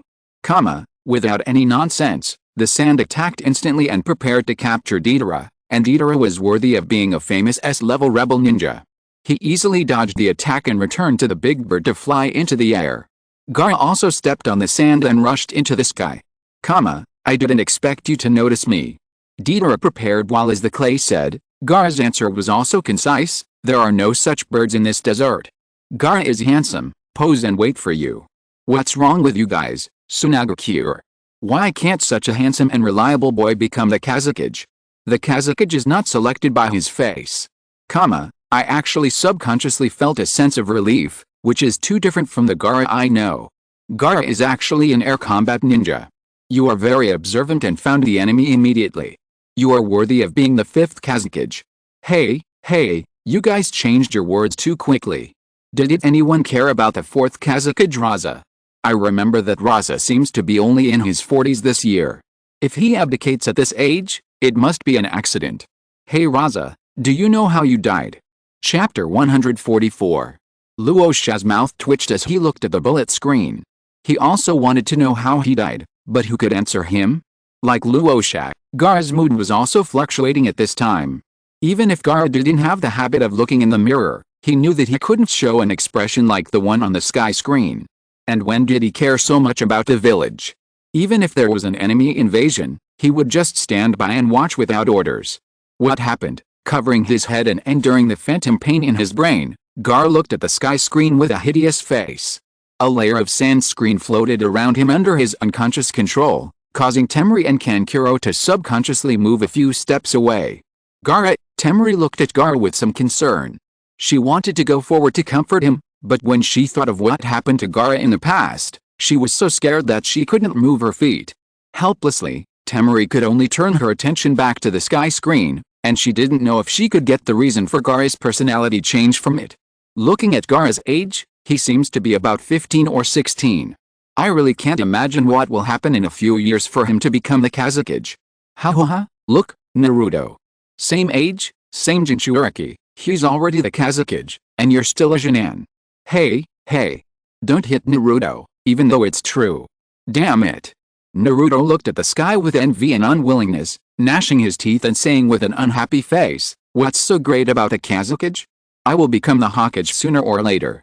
The ninjas in the sand village also noticed that Gaara was fighting the invaders. Seeing this, Deidara said helplessly, Alice, it seems that the covert operation failed, But it's just right, I don't have to bother looking for you. Hearing these arrogant words, Gaara spread his hands, and the sand all over the ground rushed up to the sky and swept towards Deidara. Knowing that the opponent's advantage in terrain was very tricky, Deidara had no intention of retreating. Instead, he eagerly controlled the big bird and started a battle with Gaara. HMPH. You brat. He broke into the sand village alone and tried to take away their Kazekage. Whether he succeeds or not, at least his courage is commendable. From this point, we can see the huge advantage of air combat ninjas. If they invade from the ground, do you think he can take a few steps in the sand village? Indeed, it is one of the 5 major ninja villages after all. Even with a red sand scorpion, it is impossible to capture the Kazekage head-on. What they want to capture is not the Kazekage, but the one-tailed Jinchuriki. Although both are important, the protection is still different. Fighting with the sand village, isn't this really courting death? Gaara condensed a number of Shukaku claws to attack Deidara. Deidara also dodged and made clay bombs of other shapes to attack Gaara. Both sides analyzed each other's abilities while attacking.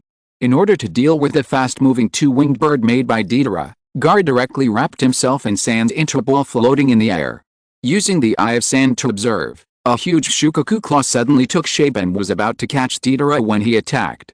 Deidara would naturally not sit and wait for death. He used the explosive clay to blast a gap and escaped. However, he was still a step too late. His left arm was caught by Gaara's sand and crushed into pieces. These two guys are just teenagers, but their strength? Many monsters in the ninja world cannot be measured by age. You have to change their identities. One is an S-rank rebel ninja, and the other is the 5th Kazekage. Can you accept it like this? I can't accept it even more. Sure enough, Gaara's terrain advantage is too great, Deidara is too arrogant. Deidara's hand was broken? His expression is too calm. Gaara's moves are both offensive and defensive, and he can also serve as a vehicle. No wonder he has the strength of a cage at this age. Deidara was not discouraged by this heavy blow, but remained calm and analyzed Gaara's abilities. After confirming that the detonating clay he prepared was running out, Deidara realized that he only had 2 chances to attack, but fortunately he had already completed his analysis of Gaara. On the ground, Tsunaga, Kyorjan and Maki methodically mobilized the ninjas in the village to support Gaara, and at the same time reminded Kankuro to take Gaara out of control into consideration and think about how to deal with Shukaku in advance. Hearing this, Kankuro was slightly stunned, then smiled and said, "No need, Gaara will not hurt the people in the village again. What's wrong with you and Tsunaga-kure? Your Kazekage is fighting the enemy up there, and you're on guard against him down there. So you guys don't know anything. Do you think Shukaku has been sealed all these years?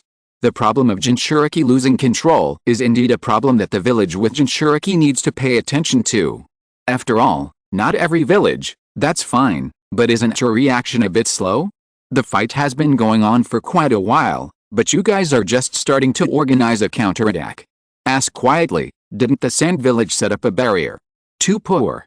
Succinct and to the point, I immediately feel that the Sand Village is excusable." Not paying attention to the various messy discussions on the barrage, Kankuro once again looked at himself on the sky screen with a look of seeing a ghost. Why would he say that so confidently? Noticing Gaara's cold eyes, Kankuro's face was covered with cold sweat, and he opened his mouth but couldn't say anything. Fortunately, Gaara's mood was also very confused at the moment, and he had seen a similar scene in the second sky screen before, so he didn't do anything radical. Kankuro remembered a conversation he had with Gaara before. "Gaara, don't think so. Although I don't want to say this, but for the village, you are just a terrifying weapon." In a desert illuminated by the setting sun, Kankuro said to Gaara beside him, "Now you want to leave us and join the regular army. It is too difficult for you. There are many high-ranking people who are prejudiced against you, and most people in the village are also afraid of you." Chapter 145. I understand, but if we just keep waiting, there will only be greater pain in the future. Gaara's expression was calmer than ever before. Only by relying on my own efforts can I open up a new path and stop avoiding the lonely road of life. Then sooner or later I can be like him, so I will work hard towards the goal of becoming the Kazekage as a sand ninja, in order to live closely connected with the village. Gaara looked ahead and said softly, "I want to work hard to get recognition from others." After seeing Uzumaki Naruto, I had this idea. There's actually something about Naruto here, Uzumaki Naruto. Why are you everywhere? This. I suddenly feel that it's not strange that Gaara has become like this. No, are you sure he's not brainwashed or under an illusion? What did Uzumaki Naruto do to turn Gaara, who only wanted to kill, into Gaara who wanted to become the Kazekage? It's related to me. Naruto scratched his head in surprise. Jiraiya touched his chin, pondered for a moment and said, "It's probably what happened during the Chunin exam. Although I don't know the details, you did a good job." Is that so? Actually, it's not that great. Naruto said so, but his mouth was almost grinning to the sky. Seeing this, Sasuke hit him mercilessly. It's really nothing great. After all, when he became the Kazekage, you were just a Jonin. Don't talk about this anymore. In the past, the bond with others was only hatred and murderous intent. But he tried his best to tell me what the real bond is. Now I understand a little. Gaara raised his head, looking at the setting sun with his green eyes. Share the pain, sorrow and happiness with others. Uzumaki Naruto. After fighting with him, he taught me these. He also suffered the same pain as me, and told me that the way to survive can be changed. I also hope that I will be needed one day, not as a terrifying weapon. Gaara turned his head, smiled and looked at Kankuro and said, "But as the Kazekage of Tsunaga-kure, Naruto is really good at beating others up and then taking the opportunity to change their minds by saying some great truths. You just said it lightly, but Naruto has risked his life every time. Naruto can resonate with other people's experiences. Gaara's identity as a Jinchuriki is enough for him to empathize with him. But this change is a bit thorough. Not only has his personality changed, but he has also inherited the other person's dream. Naruto's cheerful personality is hard for a Jinchuriki who has experienced loneliness and pain not to be attracted to him. It makes sense that he has become like this." Gaara knelt on the ground with his hands on his head and screamed, and the sand gushing out of the gourd behind him was moving around his body. In this situation, Temari and Kankuro did not dare to approach at all. Even though Temari was a little worried and distressed when she saw Gaara in such pain, she could only stay alert and watch out for Shukaku to run out. For Gaara, whose mind was full of killing and hatred, the words said by himself on the sky curtain would only mess up his thoughts. He did not understand or even accept the other party's ideas without the corresponding experience, which was why he was so painful at the moment. The person who caused all this was the figure that had been seen many times in the past 2 months. Uzumaki. Naruto. In the Sand Village, many sand ninjas set up barriers and deployed anti-aircraft weapons under the arrangement of Maki, and also did not forget to cheer for Gaara, who was fighting in the air. Deidara noticed the movement below. In order not to be disturbed and as part of the next battle, he threw a huge tumbler-shaped clay doll from the air. Gaara naturally saw Deidara's actions, but there was no time to think. A huge fireball that almost covered half of the sand village exploded in the air. You sand ninjas have just been watching, letting your Kazakage fight like crazy. Although air combat ninjas are difficult to deal with, don't you have long-range attack ninjas? At least throw a few kunai. Or do you hate Gaara so much that you just stand by and watch? Stop scolding me, I still haven't gotten over the fact that Gaara became the Kazakage. Fuck. Deidara's attack is too powerful. The sand village won't be blown up. Nice. It's really a coincidence, when the art strikes, huh? Deidara clenched his fist excitedly, wondering if he should go to the sand village to replicate it now. After the explosion, Deidara looked carefully and found that his attack was actually blocked by a huge sand shield. The surviving sand ninjas also praised Gaara's ability generously, however, all this was within Deidara's expectations. He looked at Gaara, who was slightly panting not far away, and showed a triumphant expression. Within the range, huh? A two-winged bird flew silently in front of Gaara, and a violent explosion occurred with Deidara's light shout. It was actually blocked by Gaara. Gaara does have the advantage of terrain, but as the Kazakage, he is also hindered by the village. It is hard to judge whether it is good or bad. If Gaara hadn't blocked it, would the sand village be gone?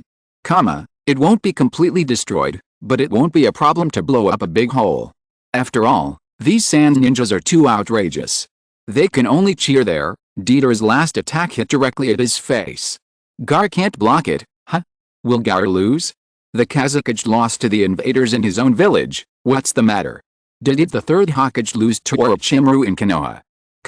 It's just that Gaara's absolute defense was faster than expected, and he blocked the close attack in an instant. Special sand is different, it defends really fast. A complete sand ball floated in the air, and Deidara smiled and watched from afar, but, it's just as I thought, inside the sand ball, Gaara, who was originally resting and adjusting, had his pupils shrink, and several tiny insect-shaped clay bombs actually drilled out of the sand layer. Without reaction time, the clay bomb exploded directly in the sand ball under Deidara's control.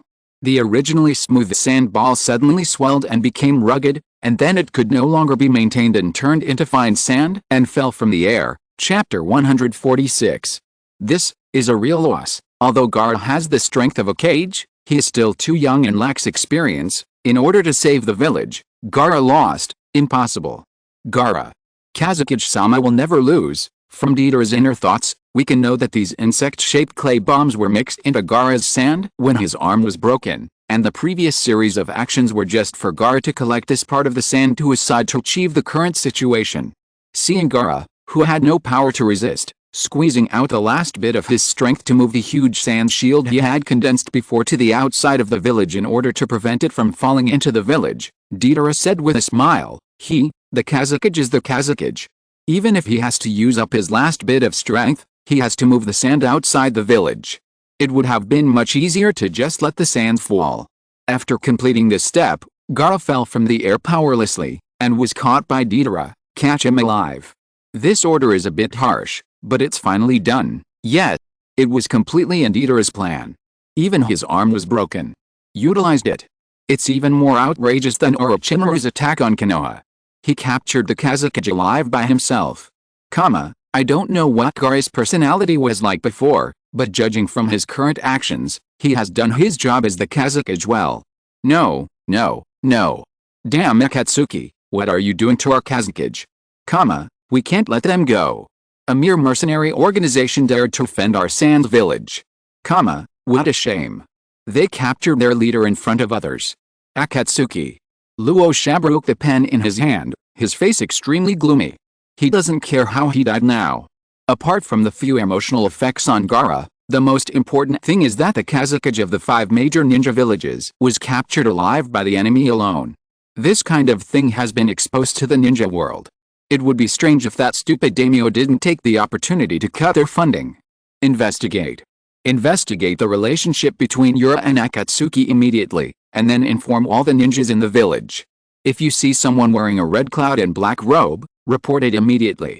Luo Sha clenched his right fist and slammed it on the table, saying murderously, Akatsuki must pay the price. Why? Why? Gaara's eyes were bloodshot, and the sand behind him suddenly shot out and grabbed Kankuro, who was not far away. Looking at this brother with a face full of fear, Gaara asked in a hoarse voice, why should I protect the village? Why did I become the Kazakage? Why are those people not afraid of me? Why? Feeling his body being squeezed, Kankuro swallowed his saliva and answered carefully, maybe. Uzumaki Naruto. He changed you, Gaara. Gaara knew the answer, but he really couldn't imagine that he would be changed by the Jinchuriki who didn't look like a Jinchuriki at all, and he hated that kind of guy the most. Throwing Kankuro away, Gaara stood up and looked in the direction of Konoha. Instead of worrying here, he might as well go and see the Uzumaki Naruto in person. Gaara looked at Temari and Kankuro coldly, and without even saying hello, he deviated from the direction of the mission and headed towards Konoha.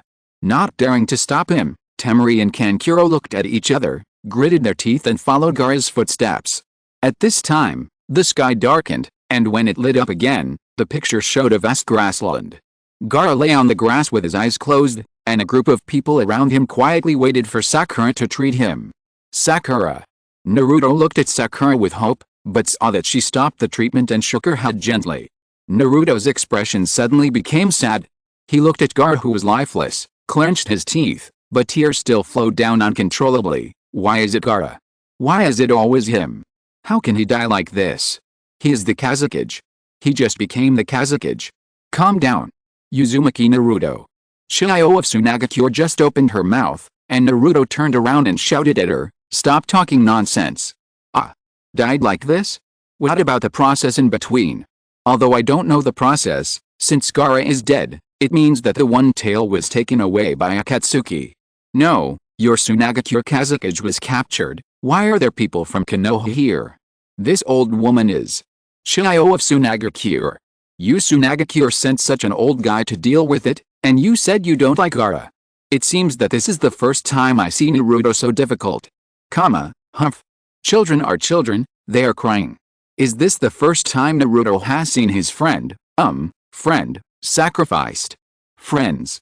Gaara, who originally didn't want to continue looking at the screen, stopped. He looked at the blonde boy crying for his death with a stunned expression, and murmured with trembling lips, why are you crying? I was just... The head hurt again, but this time Gaara endured the pain, pressed his head and looked at the picture on the screen seriously. If you Sand Ninja hadn't put that monster into his body, this wouldn't have happened. Naruto cried and loudly accused Chiyo. What does Gaara think? Have you asked him how he feels? What Jinchuriki? Is it so great to create such a word and say it all day long? Naruto lowered his head and wiped his tears with his arm, crying in a cowardly manner, I can't save Sasuke. I can't save Gaara. I have practiced hard in the past 3 years. The result is still the same as 3 years ago.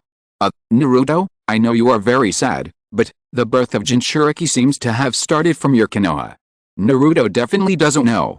Now that Gaara is dead, just take it out on Sand Village. After all, he is also a Jinchuriki. Such a sad scene was interpreted like this by you. After all, it is the matter of other villages. Although I know that the ninja world will unite in a few years, it really doesn't feel real now. Naruto is still upset about not bringing Sasuke back. Crying like this, it feels like the time when Sakura thought Sasuke was dead. Naruto felt inexplicably sad when he saw himself crying on the sky screen, but he felt more ashamed. Am I so close to this panda-eyed guy? Chapter 147. Hearing Naruto's annoyance and regret, Chiyo made up her mind, dragged her tired body to Gaara's side, and performed the self-life reincarnation technique. Noticing her action, Sakura's expression changed slightly. Grandma Chiyo, that technique is... Chiyo turned her head to look at Sakura and silently responded to her question. So this is what Grandma Chiyo is talking about. Sakura remembered what Chiyo said to her after the previous battle, and a sad look suddenly appeared on her face. She wants to pay with her own life. Stopping Naruto's questioning, Sakura looked at him and said a shocking statement. She wants to revive Gaara. Dragon life reincarnation. My first reaction was this too. No, Chiyo is famous for puppetry. I haven't heard that she is a bloodline ninja. It should be a similar technique. After all, she is one of the 5 major ninja villages. Konoha can have some kind of impure world reincarnation Shiki Fujin. It is not impossible for Sand Village to have a resurrection ninjutsu. With this technique, Sand Village can let the young people fight for their lives, and then just pick up the corpse. Sacrificing an old man can save a talented young man? Is this a bloodline limit? Otherwise, even if it is a secret technique, it can be mastered by many people with some effort. Rosa no longer has the mind to think about the impact of this secret being exposed. He suspects that he has been hit by an illusion. That elder Chiyo actually sacrificed himself to save Gaara? It feels more incredible than Gaara becoming the Kazekage. But if you think about it carefully, these two things were influenced by Naruto, and it seems understandable that they turned out like this. Naruto Uzumaki, a few words from that brat. Are they more effective than our efforts over the years? Not only did they change Gaara's character, but they also influenced the stubborn Chiyo. Raza didn't want to believe it, but the facts were in front of him, so he considered whether to invite Naruto to the Sand Village to help some people with speech therapy. When the 5-Cage Summit came, Chiyo, who was living in seclusion in a secret place in the Sand Village, had similar ideas to Raza. It was hard to imagine that she would be persuaded by that brat, and that Gaara, who she regarded as a failure, was actually changed. It seems. This old bone, have to go out and see. Everyone showed a look of astonishment. Although Naruto was a little unbelievable, he was still happy. However, Neji and Kakashi knew that such a convenient ninjutsu could not exist. If it existed, it meant that it would have to pay a huge price. Because the previous battle consumed too much energy, Chiyo gradually became a little powerless. Fortunately, Naruto came forward and said that he could help provide chakra. Looking at his genuinely concerned expression, Chiyo remembered what Kakashi had said to her before. He is a Jinchuriki like Gaara, and he understands Gaara's feelings better than anyone else in the Sand Village. Because no matter which village, the Jinchuriki's experience is similar, so Naruto can't just stand by and watch. Konoha or Sand Village, it doesn't matter to him. Naruto's dream is to become a Hokage. Although he was very unwilling to hear that Gaara became the Wind Shadow, on the other hand, he was happy for him and wished him well. He has an incredible power. Even if the two sides have not said a few words, he can immediately become friends with anyone. It seems that I can suddenly understand why Naruto has this kind of personality. The experience of Jinchuriki is generally bad. If it weren't for this cheerful personality, the tailed beast would have gone berserk long ago. I think it has nothing to do with personality and Jinchuriki's emotions. The tailed beast's rampage is completely a problem of the seal. No, if the Jinchuriki is under too much pressure, the seals of the tailed beasts will be affected. Kakashi said that Naruto has an incredible power. Is it just a metaphor for Naruto's personality, or does he really have this power? Naruto's words and deeds are just a little incompatible with the word ninja, but his behavior is generally logical, so whether it is changing enemies or becoming friends with others, it is not incomprehensible. Understand me, bless me, be happy for me, be my friend. Gaara muttered these words, and the phantom pain in his brain gradually disappeared. Temari and Kankuro on the side noticed the change in his expression, and looked at the sky with some disbelief on their faces. Can this indirect transmission alone make Gaara change? Maybe. Let Gaara go to Konoha to meet the Uzumaki Naruto. Temari said to Kankuro in a low voice, and Kankuro nodded with his lips pursed. So with Naruto's help, Chiyo was able to continue the spell. She smiled slightly and said to Naruto in a hoarse voice, I am really happy that someone like you can appear in the ninja world created by us boring old people. Everything I did in the past was wrong, but in the end, I finally had the opportunity to do the right thing. Chiyo said sincerely, Sagakure and Konoha, from now on, will be completely different from our time. Kakashi once said, you have an incredible power, that power may change the future, you are going to become an unprecedented Hokage. I remember Chiyo is a hardliner in Sunagakure, and she actually said such words in front of Konoha ninjas. The reason is right in front of us, it's Naruto. To be honest, compared to being a ninja, I think it's more promising for Naruto to become a psychologist or something like that. Can you come to Iwagakure to talk to my dad and ask him not to urge me to get married? Can you entrust this task to Konoha? By the way, Kakashi is here. Chiyo's son and daughter-in-law seem to have died at the hands of Konoha White Fang. They can actually live together. Jiraiya and Tsunade subconsciously looked at Kakashi, then looked at the sky and shook their heads. What the hell did you do? You changed Chiyo. Tsunade looked at Naruto with an inquiring look. Afterwards, Naruto's methods were not very clever, but he could inexplicably scratch the itch of others. Chapter 148.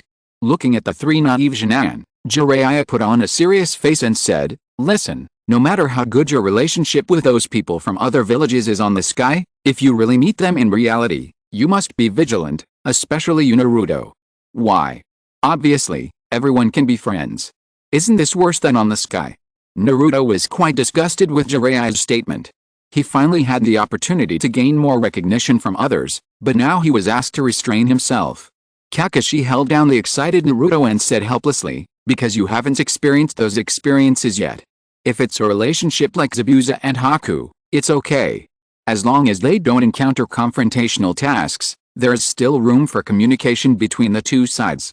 But Chiyo of Sunagakure and Gaara who may become the Kazekage are different. We have to consider the ideas of each village." Looking at Naruto who still looked dissatisfied, Jiraiya said unhappily, "I didn't say that I don't want you to make friends with him. I just want you to be careful. This is also the basic quality of a ninja. And Zayo Sakura. From now on, you have to save not this half-dead old woman like me, but the people you cherish." Chiyo encouraged Sakura, "You are very similar to me. It is rare to find a woman with masculinity. You will become a female ninja who surpasses your master." Naruto. An old woman, beg you. You are the only one who can understand Gaara's pain. Gaara also understands your pain. Do your best to help him. Looking at Gaara's peaceful face, Naruto closed his eyes and nodded gently. Chiyo is so optimistic about Sakura, but does Sakura have a chance to surpass Tsunade? It's hard. Although Tsunade hasn't awakened wood release, as a member of the Senju clan, her chakra is much stronger than that of ordinary ninjas. In the previous story, I didn't see any advantage in Tsunade's chakra, and she also made a yin seal to accumulate chakra. If Sakura can also learn the yin seal, she can narrow the gap with Tsunade in terms of chakra. Other medical ninjutsu and super physical skills depend on her talent. Sakura leaves. She looked at Tsunade's forehead consciously. Tsunade tapped her forehead and said, "This technique can only be taught to you after you have mastered enough medical ninjutsu. When you can do it depends on how hard you work." Sakura understood Tsunade's subtext. Since she was willing to teach her even this kind of hidden trick, it meant that Tsunade had already recognized the master-disciple relationship between the two. So she shouted happily, "Yes, master." In a space with a yellow background, the young Naruto pushed away his companions around him, shouting Gaara's name while running towards a cracked land behind him. Who? Who is calling me? Who? The picture was blurred, and then it became clear again, and a hand appeared in the sky. What? It's my hand. My hand. Gaara put down his hand in a daze, and then saw a small figure squatting on the ground crying in front of him. Me? Who am I? There was a gentle touch on his shoulder, and the young Gaara turned around and saw Naruto, who was also young but full of joy. Then the scene changed, and the two turned back to their youth. I've always wanted to say that the sky curtain can show the inner thoughts of these people, but why do these stream of consciousness scenes appear from time to time? To be honest, this is the fourth time now. Has any ninja village figured out what the sky curtain is? The sky curtain has been playing stories from the future. Could it be a ninjutsu developed by future ninjas and then projected to the present? Space-time ninjutsu? What's the purpose? So that we can protect Naruto so that he can deal with various enemies in the future. Are you sure this isn't hurting him? There are no fewer people in the ninja world who are interested in Naruto than those who want to protect him. Forget it. If the sky falls, there will be tall people to hold it up. It's not our turn as ordinary ninjas to worry about it. Gaara. Naruto called Gaara's name softly. Naruto. Gaara looked a little stunned. He looked at the nearly 100 fully armed sand ninjas and the people from Konoha around him, and was a little confused. They all came here to save you. Naruto supported Gaara's back and helped him sit up, saying jokingly, "You actually gave us so much trouble. Sand ninja. I don't know what to say to you. Before Gaara was captured, You were watching the whole process. Now it seems that Konoha's group worked hard to get Gaara's body back, and then you showed up after the incident was over. I know what you want to say here. The people of Sand Ninja are no longer afraid of and even admire Gaara as the Kazekage, but as long as you think about it, you will wonder if you are just hoping for Gaara to die. Well, there must be a reason for this. Since we have chosen Gaara as the Kazekage, we will not let him get hurt. Kankuro also walked out of the crowd and came to Gaara, with his hands on his hips, saying, "Yeah, my little brother has really caused a lot of trouble for everyone. What's wrong with you, so arrogant? Gaara is the Kazekage, watch your words." Temari criticized and mocked brutally, "You little brothers." After talking about the two, Temari started to care about Gaara's health. Although he couldn't use any strength, Gaara seemed to be fine, which made the surrounding sand ninjas breathe a sigh of relief. Several female sand ninjas couldn't help but become crazy about him. They rushed to Gaara and pushed Naruto away to show their affection. Naruto lay on the ground and remembered something sadly. Come to think of it, I'm just a Jinan. Naruto just remembered it. Even fans, it turns out that young ninjas are more likely to accept Gaara. Gaara moved his eyes from Shinmu to Temari and Kankuro behind him. Shinmu's care, love and admiration that he had never dared to think about in the past made his heart beat faster and his body heat up. You. Really? Kankuro raised his hand and pressed his eyes, wiping away the tears that were about to fall.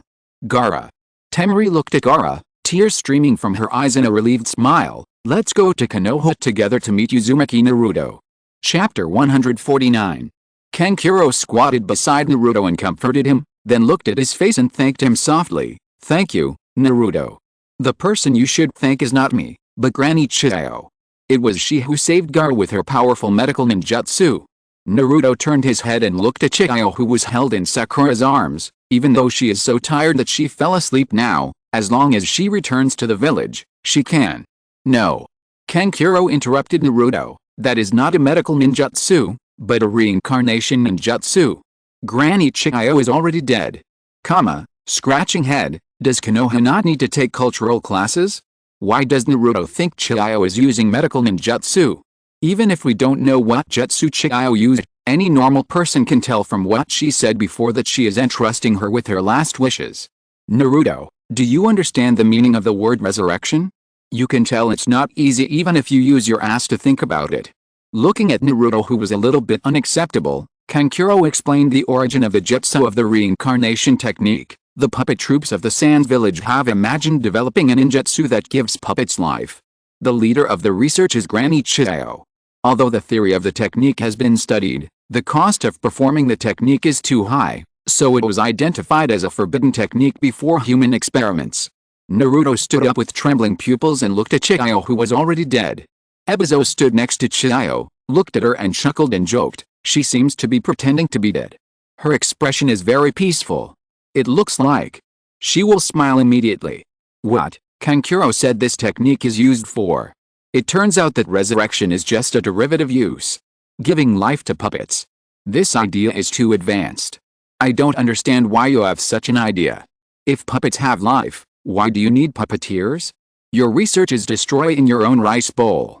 I'm curious, can you try it now? I want to see what a living puppet looks like. Touching the scroll that sealed her father and mother in her sleeve, Chiyo sighed softly. Regardless of whether it would succeed or not, she couldn't do it now. Ebizo, who was fishing opposite Chiyo, also understood her thoughts and said with a chuckle, it seems that you can still play the dead game for a while. Everyone looked at Chiyo. Temari said to Naruto, Naruto, you are an incredible guy, you have the power to change others. Grandma Chiyo always said that the future of the village has nothing to do with her. She is not someone who will make such a sacrifice for Gaara. Kakashi also interrupted and said, Grandma Chiyo entrusted the future to Gaara and you. As a ninja, it is an outstanding end of life. Well, just like the third generation Hokage. Naruto turned his head and looked at Kakashi. I understand her thoughts very well. Gaara struggled to get up, and with the help of Naruto, he came to Chiyo. Everyone, let's go together, let's pray for Chiyo. Alice, even though they are ninjas from other villages, it's hard not to be affected by their emotions when they always create such an atmosphere. For a ninja, this way of dying is indeed perfect, not to mention that it is also publicized throughout the ninja world through the sky curtain. I don't know what these people who were predicted to die think. Others can only die in one way, but they can choose other ways. Although the third Hokage and Chiyo's methods are similar, they both entrust the future to future generations, but from Naruto's point of view, it's really not. Never mind, Naruto's capacity has surpassed that of a village and a country, and this kind of thing is just a small matter for him. The group returned to the Sans village to rest, and soon after, Gaara, Temari and Kankuro came to the village entrance to bid farewell to the people of Konoha. Naruto and Gaara stared at each other silently for a moment, making Naruto feel embarrassed. He scratched his cheek and said, "First, generally speaking, we should shake hands and say goodbye at this time, but I am not good at doing this, so." Before he finished speaking, Gaara took the initiative to extend his hand, and then controlled a stream of fine sand to hold Naruto's hand together without saying anything. "Why do you say goodbye like you are breaking up with a young couple?" The look in their eyes. "Ha, Naruto, you were quite talkative before, why are you so quiet in this situation?" Naruto is actually shy. And he's shy about such a trivial thing. Gaara is very strong, and he is different after becoming the Kazekage. He is also very strong now, especially when killing people. When Gaara becomes the Kazekage, will he be in the same boat with Konoha? The fourth Kazekage is not dead yet. Tsunade patted her forehead and looked at Kakashi, Naruto and Sakura helplessly. "You guys, why are you being so sentimental? What attitude should we take towards Sans village in the future?" Kakashi touched the back of his head in embarrassment. It was fine if they were just a few young people, but he didn't expect that he and the other party would get along well. He even spoke for Chiyo. Obviously, they should fight when they meet. The third story ended, and the sky darkened and brightened again, and a new picture appeared. On a Gobi desert covered with weathered stone pillars, a figure wrapped in bandages performed the impure world reincarnation summoning and summoned 3 coffins. The 3 people summoned were the third Raikage, the second Mizukage Hazuki Jinjetsu, and the fourth Kazekage Raza, including the summoner second Tsuchikage Mu. The 4 shadows appeared in the ninja world as combat puppets again. Just before, it was said that the fourth Kazekage was not dead, but immediately a dead fourth Kazekage was summoned. The fourth Kazekage is indeed not dead. Don't confuse reality with this guy. It's in pure world reincarnation again. And this time, 4 shadows were summoned. This should be the content of the 4th Ninja World War that was revealed before, otherwise I can't believe that there are enemies that need to summon 4 Kage to deal with them, asshole. He even summoned the 3rd Raikage, damn Orochimaru, the other 2 are, the 2nd Tsuchikage and the 2nd Mizukage, damn it, how many people can Orochimaru summon? He can't summon all the dead Kages. Chapter 150. The 4th Kazekage Raza's eyes drooped slightly, because he had guessed that he was dead early on, so he was a little surprised to see this scene. The 4th Raikage smashed the desk in anger, and shouted at Mabu beside him with a ferocious expression, "Send someone to search for Orochimaru, and then ask Konoha what conditions are needed for this damned impure world reincarnation to be performed. Dad must not be disturbed again." The 3rd Tsuchikage Inoki almost sprained his waist. He did not forget how much sacrifice the Iwagakure village paid during the 3rd war to drag the chimpanzee of the 3rd Raikage to death. As a result, this difficult opponent not only crawled out of the underworld again, but also had an immortal body. What is even more unacceptable is that even their teacher has become their enemy. The newly appointed 5th Mizukage Madarumi looked at the 2nd Mizukage Hazuki Jinjetsu, thought about the mess under her, and sighed with regret.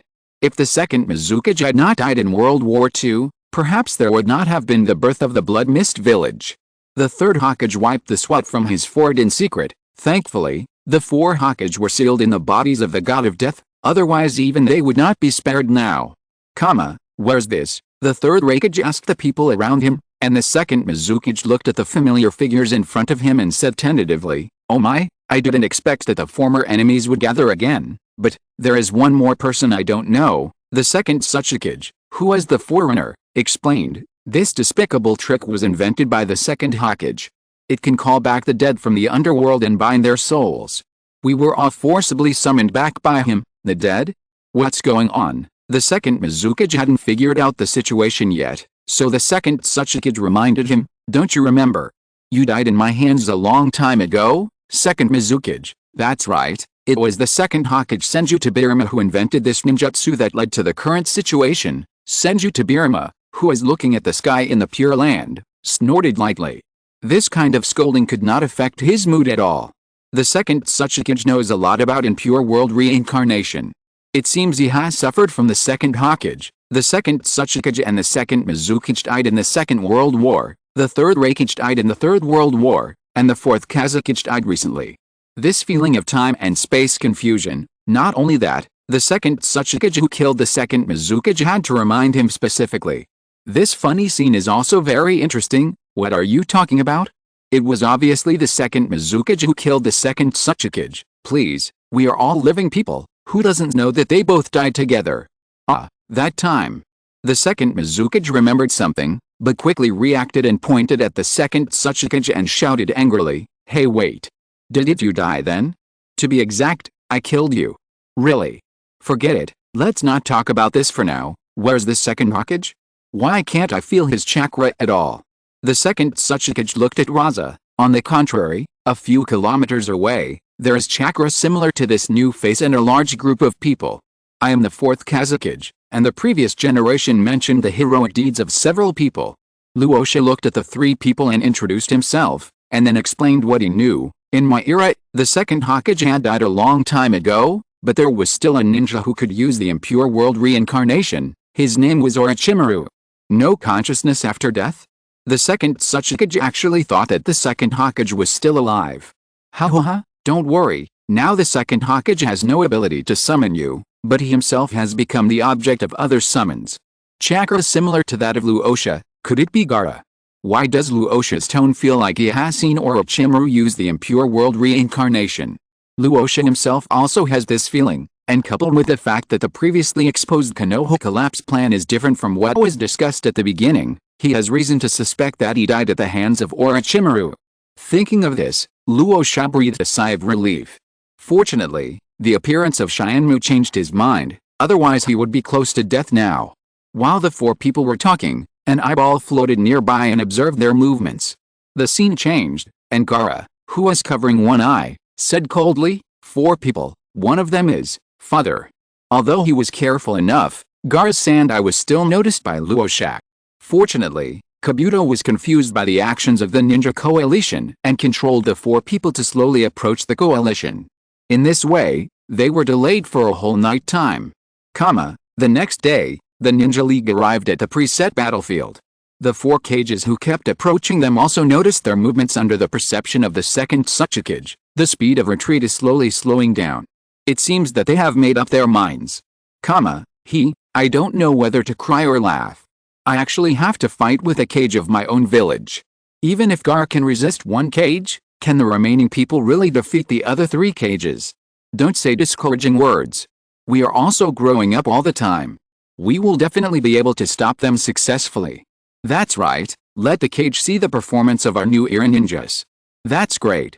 You ninjas who have never experienced war have no idea how terrible those people on the opposite side are. Apart from anything else, the second Tsuchikage cannot be dealt with by human wave tactics. The more people go, the more people will die. The second Mizukage is the same. With the infinite blast of sting danger and the illusion of mirage, fighting him is just suicide. I doubt whether we can break the lightning release armor of the third Reikage. I was lucky enough to see the third Reikage fight the Eight Tails. I don't think my little arms and legs can compare to the tailed beasts. Why is no one talking about the fourth Kazekage? Is he just making up the numbers? Asshole, what nonsense are you talking about? The Kazekage can suppress Shukaku by himself. Who dares to underestimate him? It's mainly because he doesn't have any outstanding achievements. As a ninja from Konoha, I'll listen to your bragging, and then ask you, if they are so powerful, why did they die? How dare the Konoha bastards make sarcastic remarks? Wasn't this caused by your second Hokage and Orochimaru? It's not that we can't defeat the four cages, it just requires huge sacrifices. You seem to have forgotten one thing, they are all immortal now. It's over, I hope the cages can spare us. End of this chapter. Thank you very much for reaching the end. Don't forget to like. Looking for more exclusive content and immediate access? Subscribe to our Patreon. Remember, every like, subscription, or donation encourages us to continue. Thanks to everyone, see you in the next video.